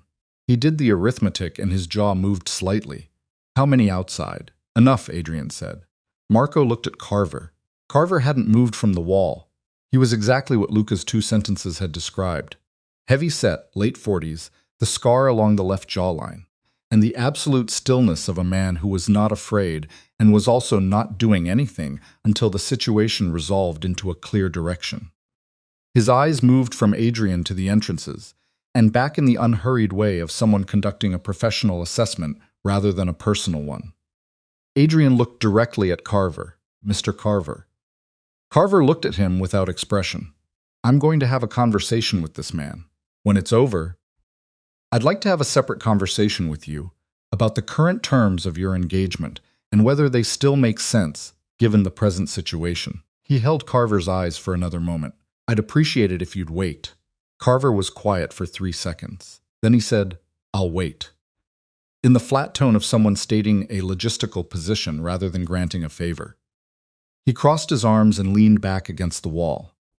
Marco's eyes went from Carver to Adrian with the expression of a man watching something he'd built come apart at a specific seam. "You can't just sit down, Marco," Adrian said. "I'm already sitting. Then stay there." He walked to the table and stood across from it. He looked at the amber bottle and the 2 glasses poured and thought about what that represented. Marco had expected a conversation tonight, had staged it, had either expected Adrian to come himself or had prepared for a different kind of visitor. Adrian could not entirely tell which. "Your father doesn't know you brought Carver in." Marco's expression shifted. "My father told me today he didn't know. I believed him. I'm less certain now. He let that sit." "Did you tell him?" "My father has spent 20 years being cautious," Marco said. The word cautious came out of him with a contempt that had been marinating for a long time. "You know what caution gets you. The same territory, the same split, the same arrangement with the same people going nowhere, while every other family has expanded." "Your father has been alive for 20 years in this business," Adrian said. "Which is not nothing. It's not enough. It's everything." Adrian looked at him. "You're 34. You think longevity is a consolation prize. I think it's a ceiling." And Carver was supposed to remove the ceiling. Marco said nothing. His jaw was tight and his hands were flat on the table. He had the look of a man who had rehearsed a version of this conversation in which he had more leverage than he currently had and was now doing the painful work of adjusting in real time. "Here's what you built," Adrian said. "You came into my operation with my name. You moved money in a way that traces back to my organization, not yours. You brought in a contractor without your father's knowledge and staged it so that if something happened to me, the story told by the paper trail is internal mismanagement at the Volkov organization. The Castellano name stays clean. You step into the vacuum. The alliance restructures on your terms because you're the only one left standing who knows where the bodies are, figuratively speaking. He paused. Is that the architecture? Marco's silence was confirmation enough. It is a good plan, Adrian said. The skimming was clean. The false authorization was clean. Carver going dark was timed well. He straightened slightly. The problem is you moved against someone who had 11 years of infrastructure in place, and people who pay attention even when their employer is distracted. Marco looked at the table. Something moved across his face. Not remorse, not quite, but the specific and unwilling recognition of a man confronting the gap between what he'd believed about a situation and what the situation actually was. What happens now? Marco said. That depends on your father, Adrian said. Marco looked up. My father. I'm going to call him. I'm going to tell him where we are and what I found and what you built. Adrian watched Marco's face. And then I'm going to let Victor Castellano decide what happens to his son. Something went through Marco's eyes at that. Not fear exactly, but something adjacent to it. Something that looked like the specific vertigo of a man who had underestimated the one variable he should have weighted most heavily. He'll. Marco stopped. He'll what? Adrian said. Marco's jaw worked. He looked away, and in that look away, in the exact angle of his face and the tight set of his mouth, Adrian saw something he hadn't expected to see. Not defiance, but something younger. Something that predated all of this. A 34-year-old man who had maneuvered his way into the corner of a room with no door and was beginning to understand it. Adrian called Victor. Victor Castellano arrived at the Red Hook building at 11:45. He came alone, which was either trust or theater.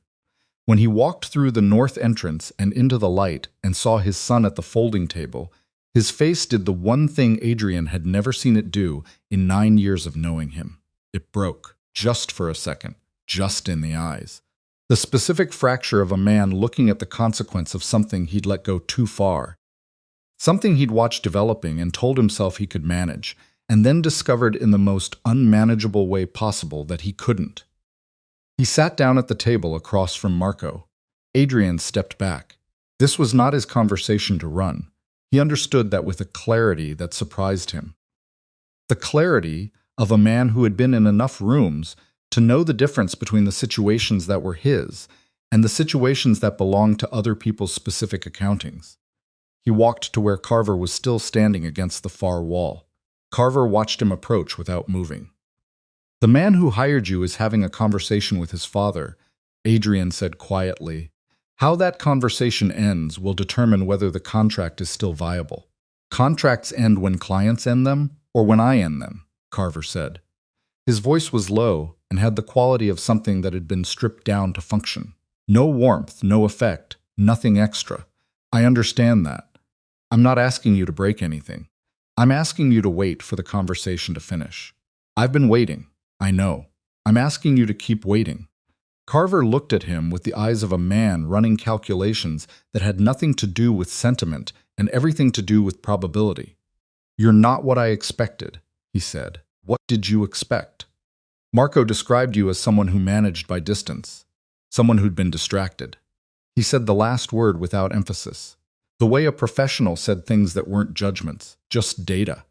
Adrian felt the word land in the specific place it was aimed. He wasn't wrong, he said, about the distracted part. Carver said nothing. I'm less distracted now, Adrian said. Carver looked at him for another moment. Then he looked at Marco and Victor at the table, the father's voice low, the son's head down. The specific hunched posture of someone receiving a reckoning they have no argument against. When the conversation's done, Carver said, We'll talk. Adrian walked to the far side of the room and stood near the waterside wall and waited. He could hear Victor's voice in fragments, not the words, the register, low and controlled, and underneath the control, something that had weight to it. The weight of a father and a son in a room where what should have been said years ago was finally being said in the worst possible setting and at the worst possible cost. Marco's voice came in shorter fragments. At one point, he said something that made Victor stop entirely. A full stop that lasted several seconds. And then Victor's voice dropped lower still, almost below what Adrian could detect. Dominic appeared at Adrian's shoulder. "Outside is clean," he said. "Your people have it. Good. What's the call on Marco when this is done?" Adrian watched the two figures at the table. Victor makes the call on Marco.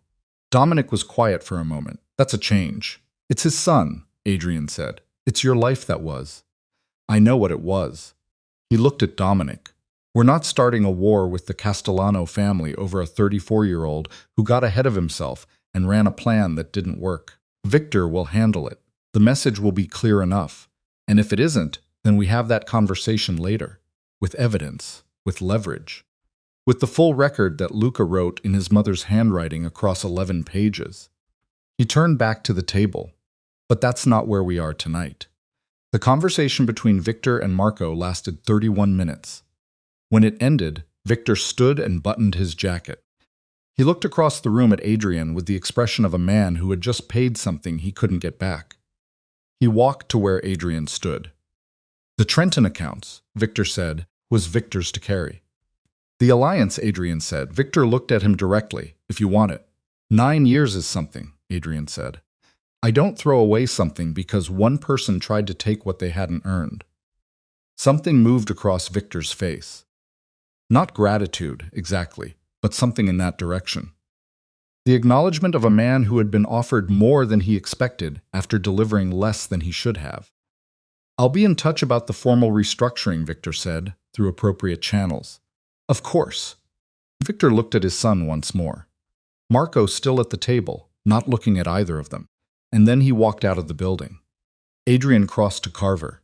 "The client just significantly changed shape," he said. Carver had watched the whole thing without expression. "I noticed. The contract as originally structured doesn't have a viable client anymore." "No." "I'd like to formalize that," Adrian said, "in whatever way makes sense." Carver looked at him with the specific assessment of someone deciding how much of what he actually thought to put into a sentence. "The way this works," he said, "is that contracts are with clients, not targets. When the client changes the contract changes. And Victor's call on Marco means the original structure is dissolved." Carver uncrossed his arms. "I have no outstanding obligation. I appreciate the clarity. I'd appreciate not seeing the inside of this building again." "That can be arranged," Adrian said. Carver walked to the north entrance and out through the corridor and into the November night. Adrian listened to his footsteps on the concrete until they stopped, and then there was only the sound of the generator and the distant harbor water. Marco was still at the table. Adrian walked over and stood at the edge of it.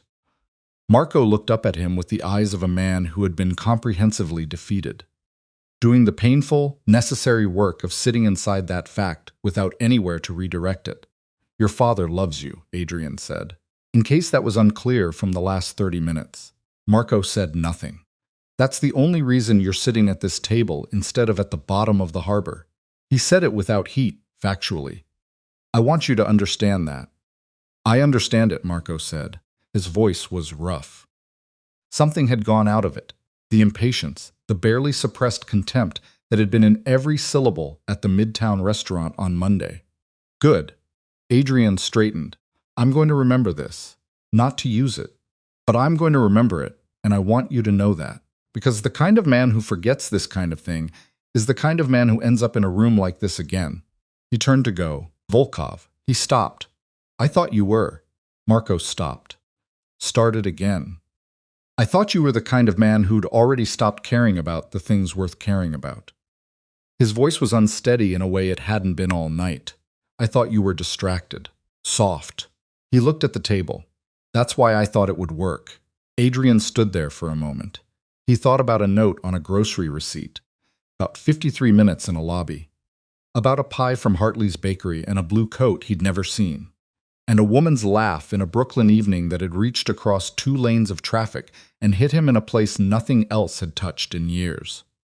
"You weren't entirely wrong," he said, "about what I was." He moved toward the exit. "I'm working on the rest." He didn't go back to the tower. He told the driver the Penthouse and sat in the back with his hands on his knees. He watched the city go by on the other side of the glass. He breathed slowly and felt the specific exhaustion that came not from physical effort, but from the sustained tension of an evening spent in rooms where everything could have gone a different way and hadn't. The knowledge that the difference between the way it went and the way it could have gone was largely a matter of the infrastructure working, when the man at the center of it wasn't at his best. He got to the penthouse at 1 a.m. He walked through the rooms. The kitchen with the grocery receipt note no longer on the island because it was in his jacket pocket. The living room where Claire's piano still stood because she hadn't taken it and he hadn't been able to think about what to do with it. The bedroom where her winter coat with the broken zipper still hung on her side of the closet. He sat at the kitchen island and put his hands flat on the cold stone surface and stayed like that for a while.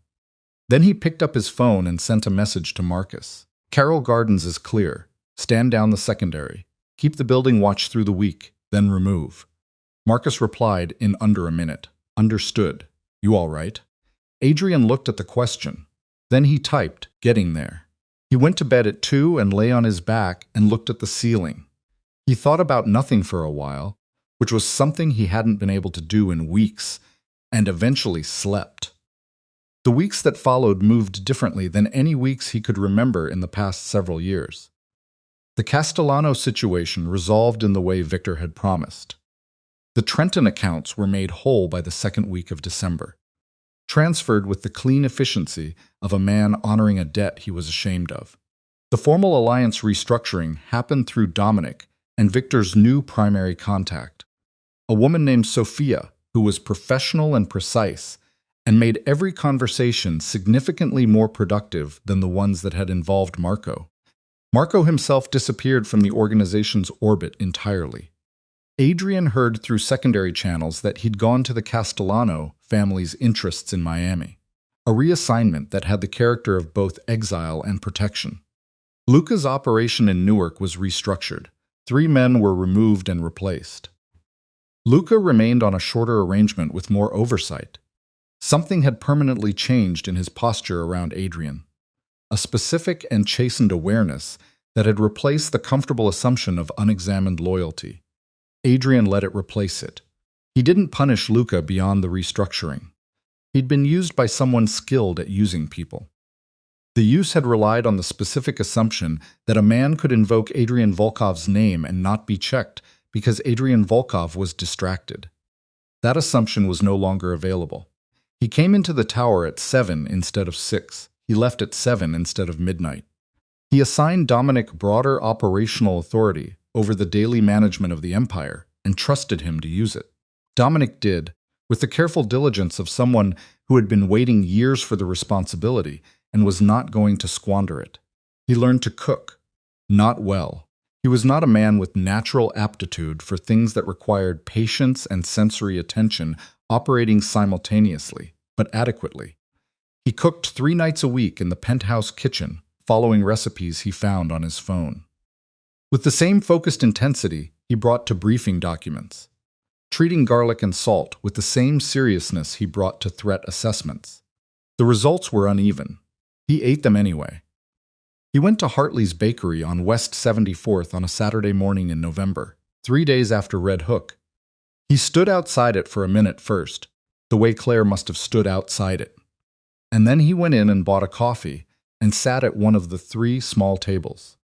He drank it slowly and looked at the cases of pastry and the old photographs on the walls.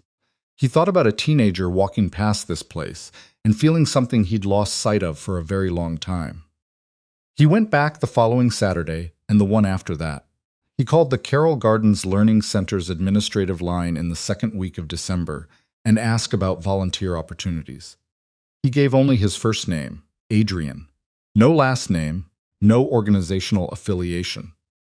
A phone number that was routed through an exchange that traced back to nothing identifiable. Ruth Okafor called him back herself and asked about his background and what he was hoping to contribute. He told her he had time on Tuesday evenings and could help with the adult literacy program if they needed people.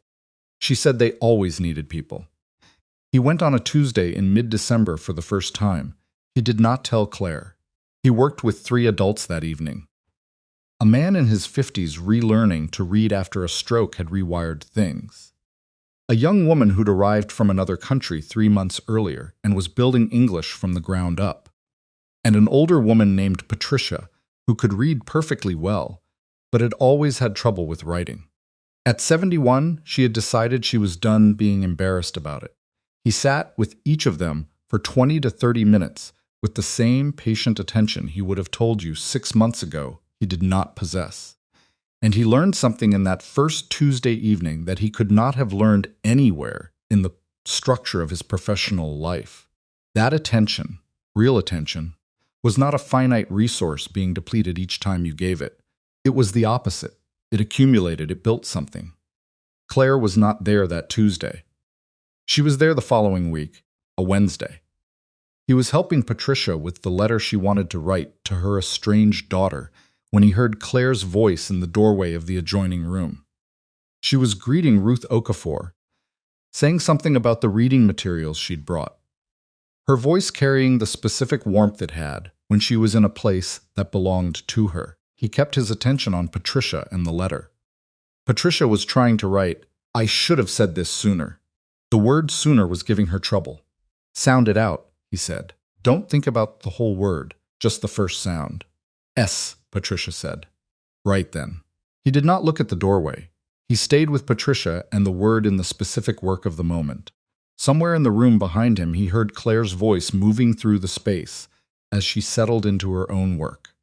He did not turn around. Patricia wrote sooner correctly on her third try and looked at him with the expression of a woman who had just reclaimed something she'd been told was beyond her. "There it is," he said. Patricia laughed, the laugh of genuine surprise at yourself. He looked up then, not at the doorway but at the room. At the people in it doing the small and difficult work of learning things that other people had told them were too late. And he felt something in his chest that he hadn't felt in so long that he needed a moment to identify it. Useful. He felt useful. Not powerful, not strategic. Not several steps ahead of everyone else in the room. Just useful. He left at 8:30 without crossing Claire's path. He went home and cooked badly and ate it and went to bed at a reasonable hour. He went back the following Tuesday. He ran into Claire for the first time in mid-January. Not at the center. On the street outside. A Tuesday evening. Both of them reaching the door at approximately the same time from opposite directions. She stopped when she saw him. He stopped. She looked at him with the expression of someone who had been told something and was now seeing it with their own eyes. Finding that the two versions of the information were different in texture. "Ruth mentioned a new volunteer," she said. "Adrian." "Yes." She didn't mention a last name. "I didn't give one." She looked at him for a moment, not cold, not warm. The careful temperature of someone who had been burned and was not standing close to any source of heat until she understood it better. "How long?" she said. "December. 4 weeks. Tuesdays. Sometimes Saturdays. There's a children's program Saturday mornings." She absorbed this. Her breath was visible in the January cold. "You volunteer with the children's program." "I do." "Adrian Volkov." "I understand how that sounds." She looked away briefly, down the street, at the lights of the neighborhood, at the ordinary Tuesday evening traffic of people going about lives that had nothing to do with either of them. When she looked back, something had shifted slightly in her face. Not softened, shifted. "I'm not doing this to get you back," he said.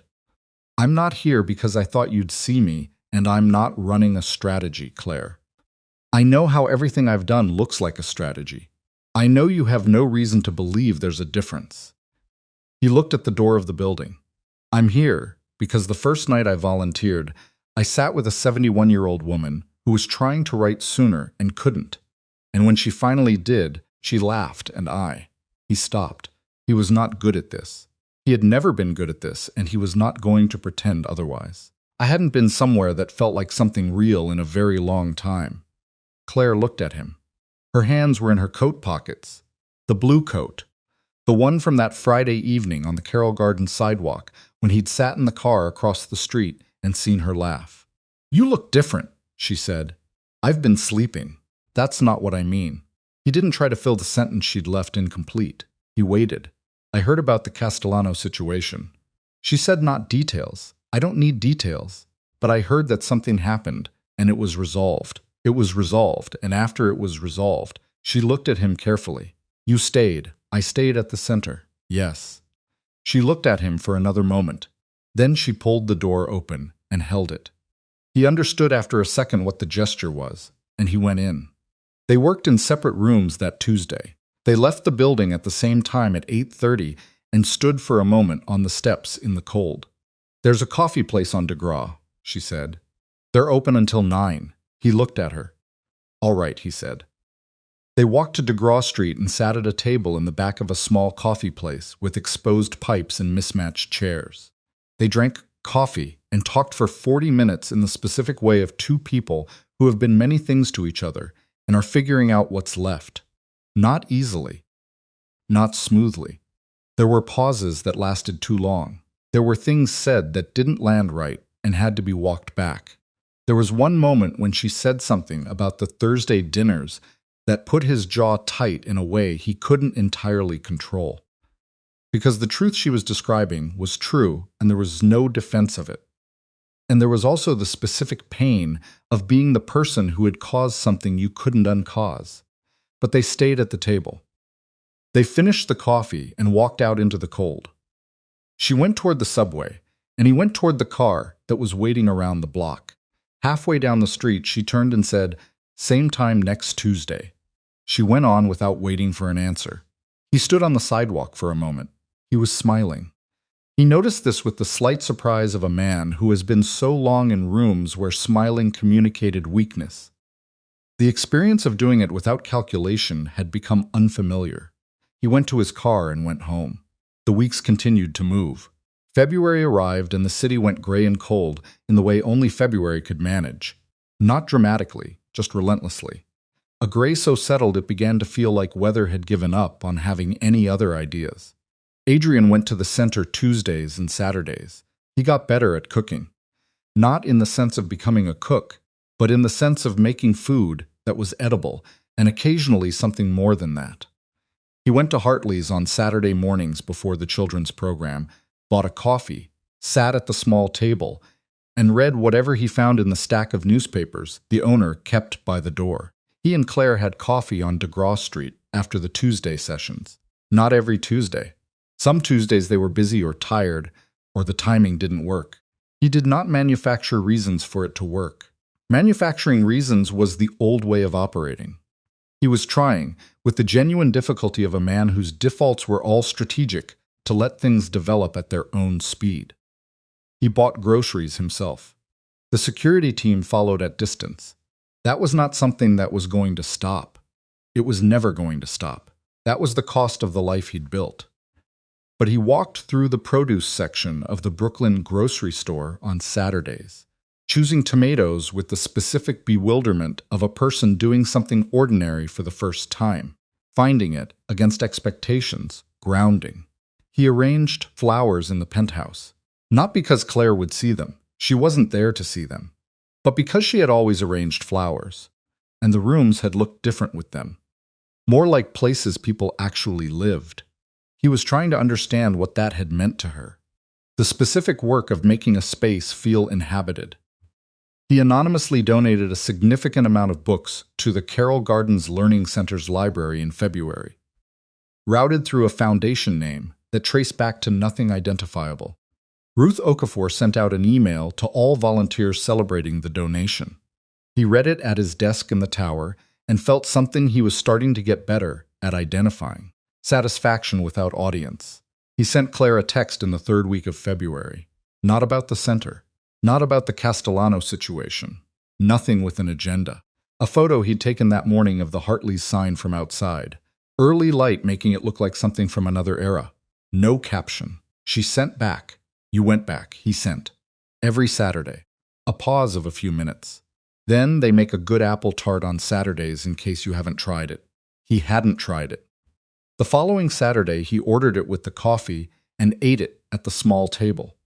He thought about a woman who had driven to this bakery because he'd mentioned it once, 3 years ago, who had carried that small, unguarded thing he'd said and brought it to him when she was trying one last time, who had written 4 sentences on a grocery receipt because she deserved 30 minutes and she knew it, and she'd asked for it anyway.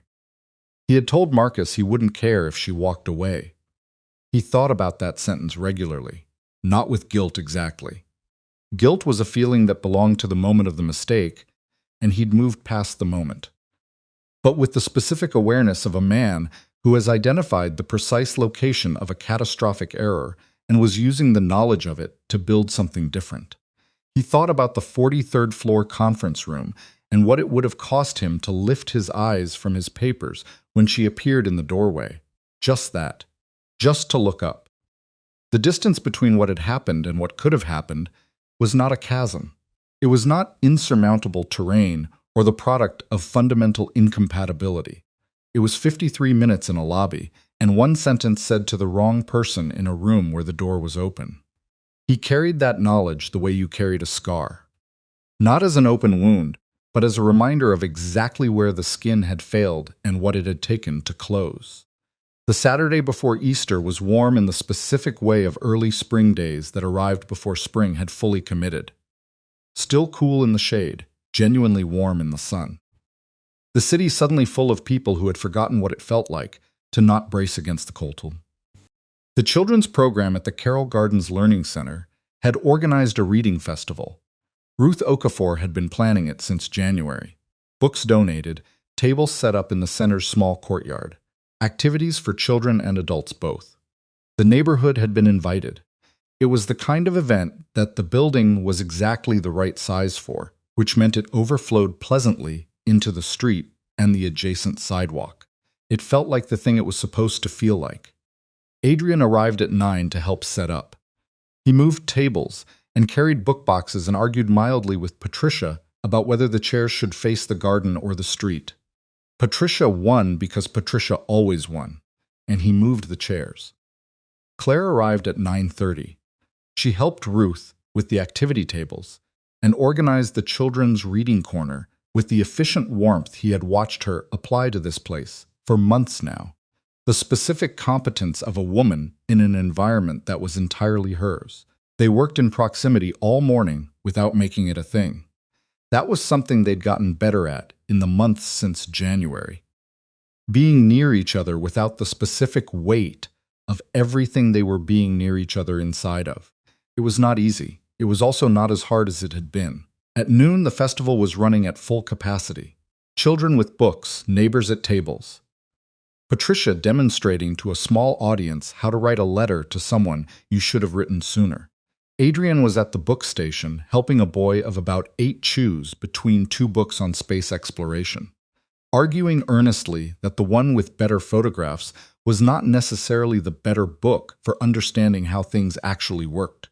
The boy was not convinced, and Adrian was letting him be unconvinced, because the boy was right that the photographs were better. He looked up from the book discussion and saw Claire standing at the edge of the courtyard, watching him. She was holding something. He couldn't see what it was from where he stood. She had the expression of someone who had made a decision and was standing behind it with the specific stillness that followed a decision rather than preceded it. He finished the book conversation. The boy took both books, which was the correct resolution, and ran back to his mother. Adrian walked to where Claire was standing. She was holding a manila envelope. He looked at it. He knew what it was before she said anything.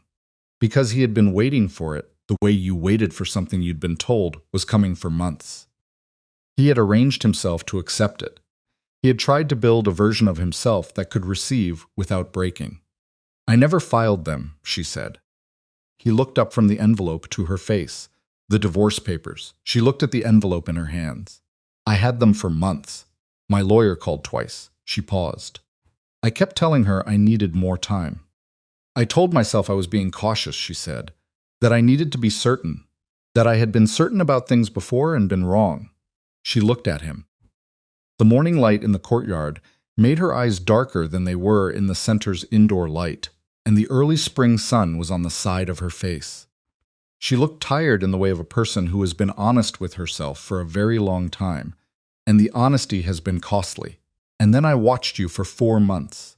I know you were watching," he said. I wasn't trying to perform anything. I know, she said. That's the thing. That's why I was watching. She looked back at the envelope. You came every Tuesday. You stayed. You helped with the children's program on Saturdays. You learned Patricia's name and her daughter's name. You remember details about the reading programs that the college volunteers forgot half the time. She paused. You didn't tell me you were donating the books. He was quiet. Ruth told me. She half smiled. Not fully, not warmly. Something that was still deciding what it was. She said whoever did it specifically requested that the children's nonfiction section be prioritized. She thought you'd told me about it. I didn't want you to think it was. I know, she said again quietly. I know what you didn't want me to think. She looked at the envelope one more time. Then she held it out to him. He took it. It was heavier than he'd expected. He turned it over in his hands and looked at it, and then looked at her. This doesn't mean everything is. She started. I know it doesn't. It is not a clean slate. It is not starting over. She seemed to search for the word. It's a door being left open, for now. And what happens with that door is going to take time, and it's going to be uneven. And there are going to be days when I'm not sure, and I need you to not use your particular skill set on those days to manage the situation. I understand. I mean it, Adrian. The moment I feel managed, you'll close the door, he said. I understand. And you should. She looked at him. He held the look without deflecting it. Without the strategic management of his own face that had been his operating mode for 20 years in every room where something important was at stake. He let her see what was there. It was not certainty and not performance, but the specific and imperfect face of a man who had broken something he should never have broken, and had spent months in the slow, unglamorous work of becoming someone it made sense to trust. Okay, she said. Not I forgive you. Not I love you. Just the particular okay of a woman who had looked at the available evidence and decided to take one more careful step. They stood in the courtyard of the Carroll Gardens Learning Center while the reading festival went on around them. Children with books, neighbors at tables. Patricia conducting her letter-writing demonstration with the authority of someone who had finally claimed her own voice. I made coffee in the kitchen before you got here, Claire said. There's some left if you want it. He did. They walked inside together, past the book tables in the reading corners, past the handmade sign that said, Stories Change Lives, that one of the children's program kids had made in November. Ruth had put it up and never taken it down. The building smelled the same as it always had, wood floors and paper, and the specific warmth of a space that was full of people doing something that mattered to them. In the kitchen, Claire poured 2 cups. He took his and stood at the counter beside her. They drank it in the quiet of the back of the building, while the festival noise came through from the courtyard. It was not the penthouse, and it was not the 43rd floor. It was not any room where anything had ever been decided or managed or arranged. It was a kitchen in Brooklyn and 2 cups of coffee. The specific ordinary difficulty of 2 people figuring out what they were to each other after everything that had happened. He thought about saying something true, something that might land right. He thought about the 53 minutes in the lobby, the 4-sentence note. The sentence he'd said without looking up from his papers. He did not try to make it into a speech. He had learned in the past 4 months that the things worth saying were usually shorter than the things that sounded worth saying. Thank you, he said, for not filing them. She looked at her coffee. Don't make me regret it. I won't, he said. Outside, Patricia was finishing her demonstration. Her voice carried through the window, reading aloud what she'd written. The letter to her daughter, the one about sooner, the words she'd finally learned to write at 71 years old. In a room where a man who had built an empire on the refusal to show weakness had sat with her and said, just the first sound, just the first part. Her voice was steady and unhurried. It had in it everything that years of silence had been holding, finally finding its way into words on a page and then out into the April air. Adrian stood in the kitchen in Brooklyn and listened. He was not the most feared man in any room he was in right now. He was not several steps ahead of everyone. He was not running anything, or managing anything, or controlling the terrain. He was standing next to his wife, drinking mediocre coffee, while a 71-year-old woman read a letter she'd written to her daughter. To a courtyard full of strangers. and outside the kitchen window, the first real warmth of spring was settling over Carroll Gardens. It was enough. He was beginning to understand, more than enough. It was the only thing in the end that had ever been.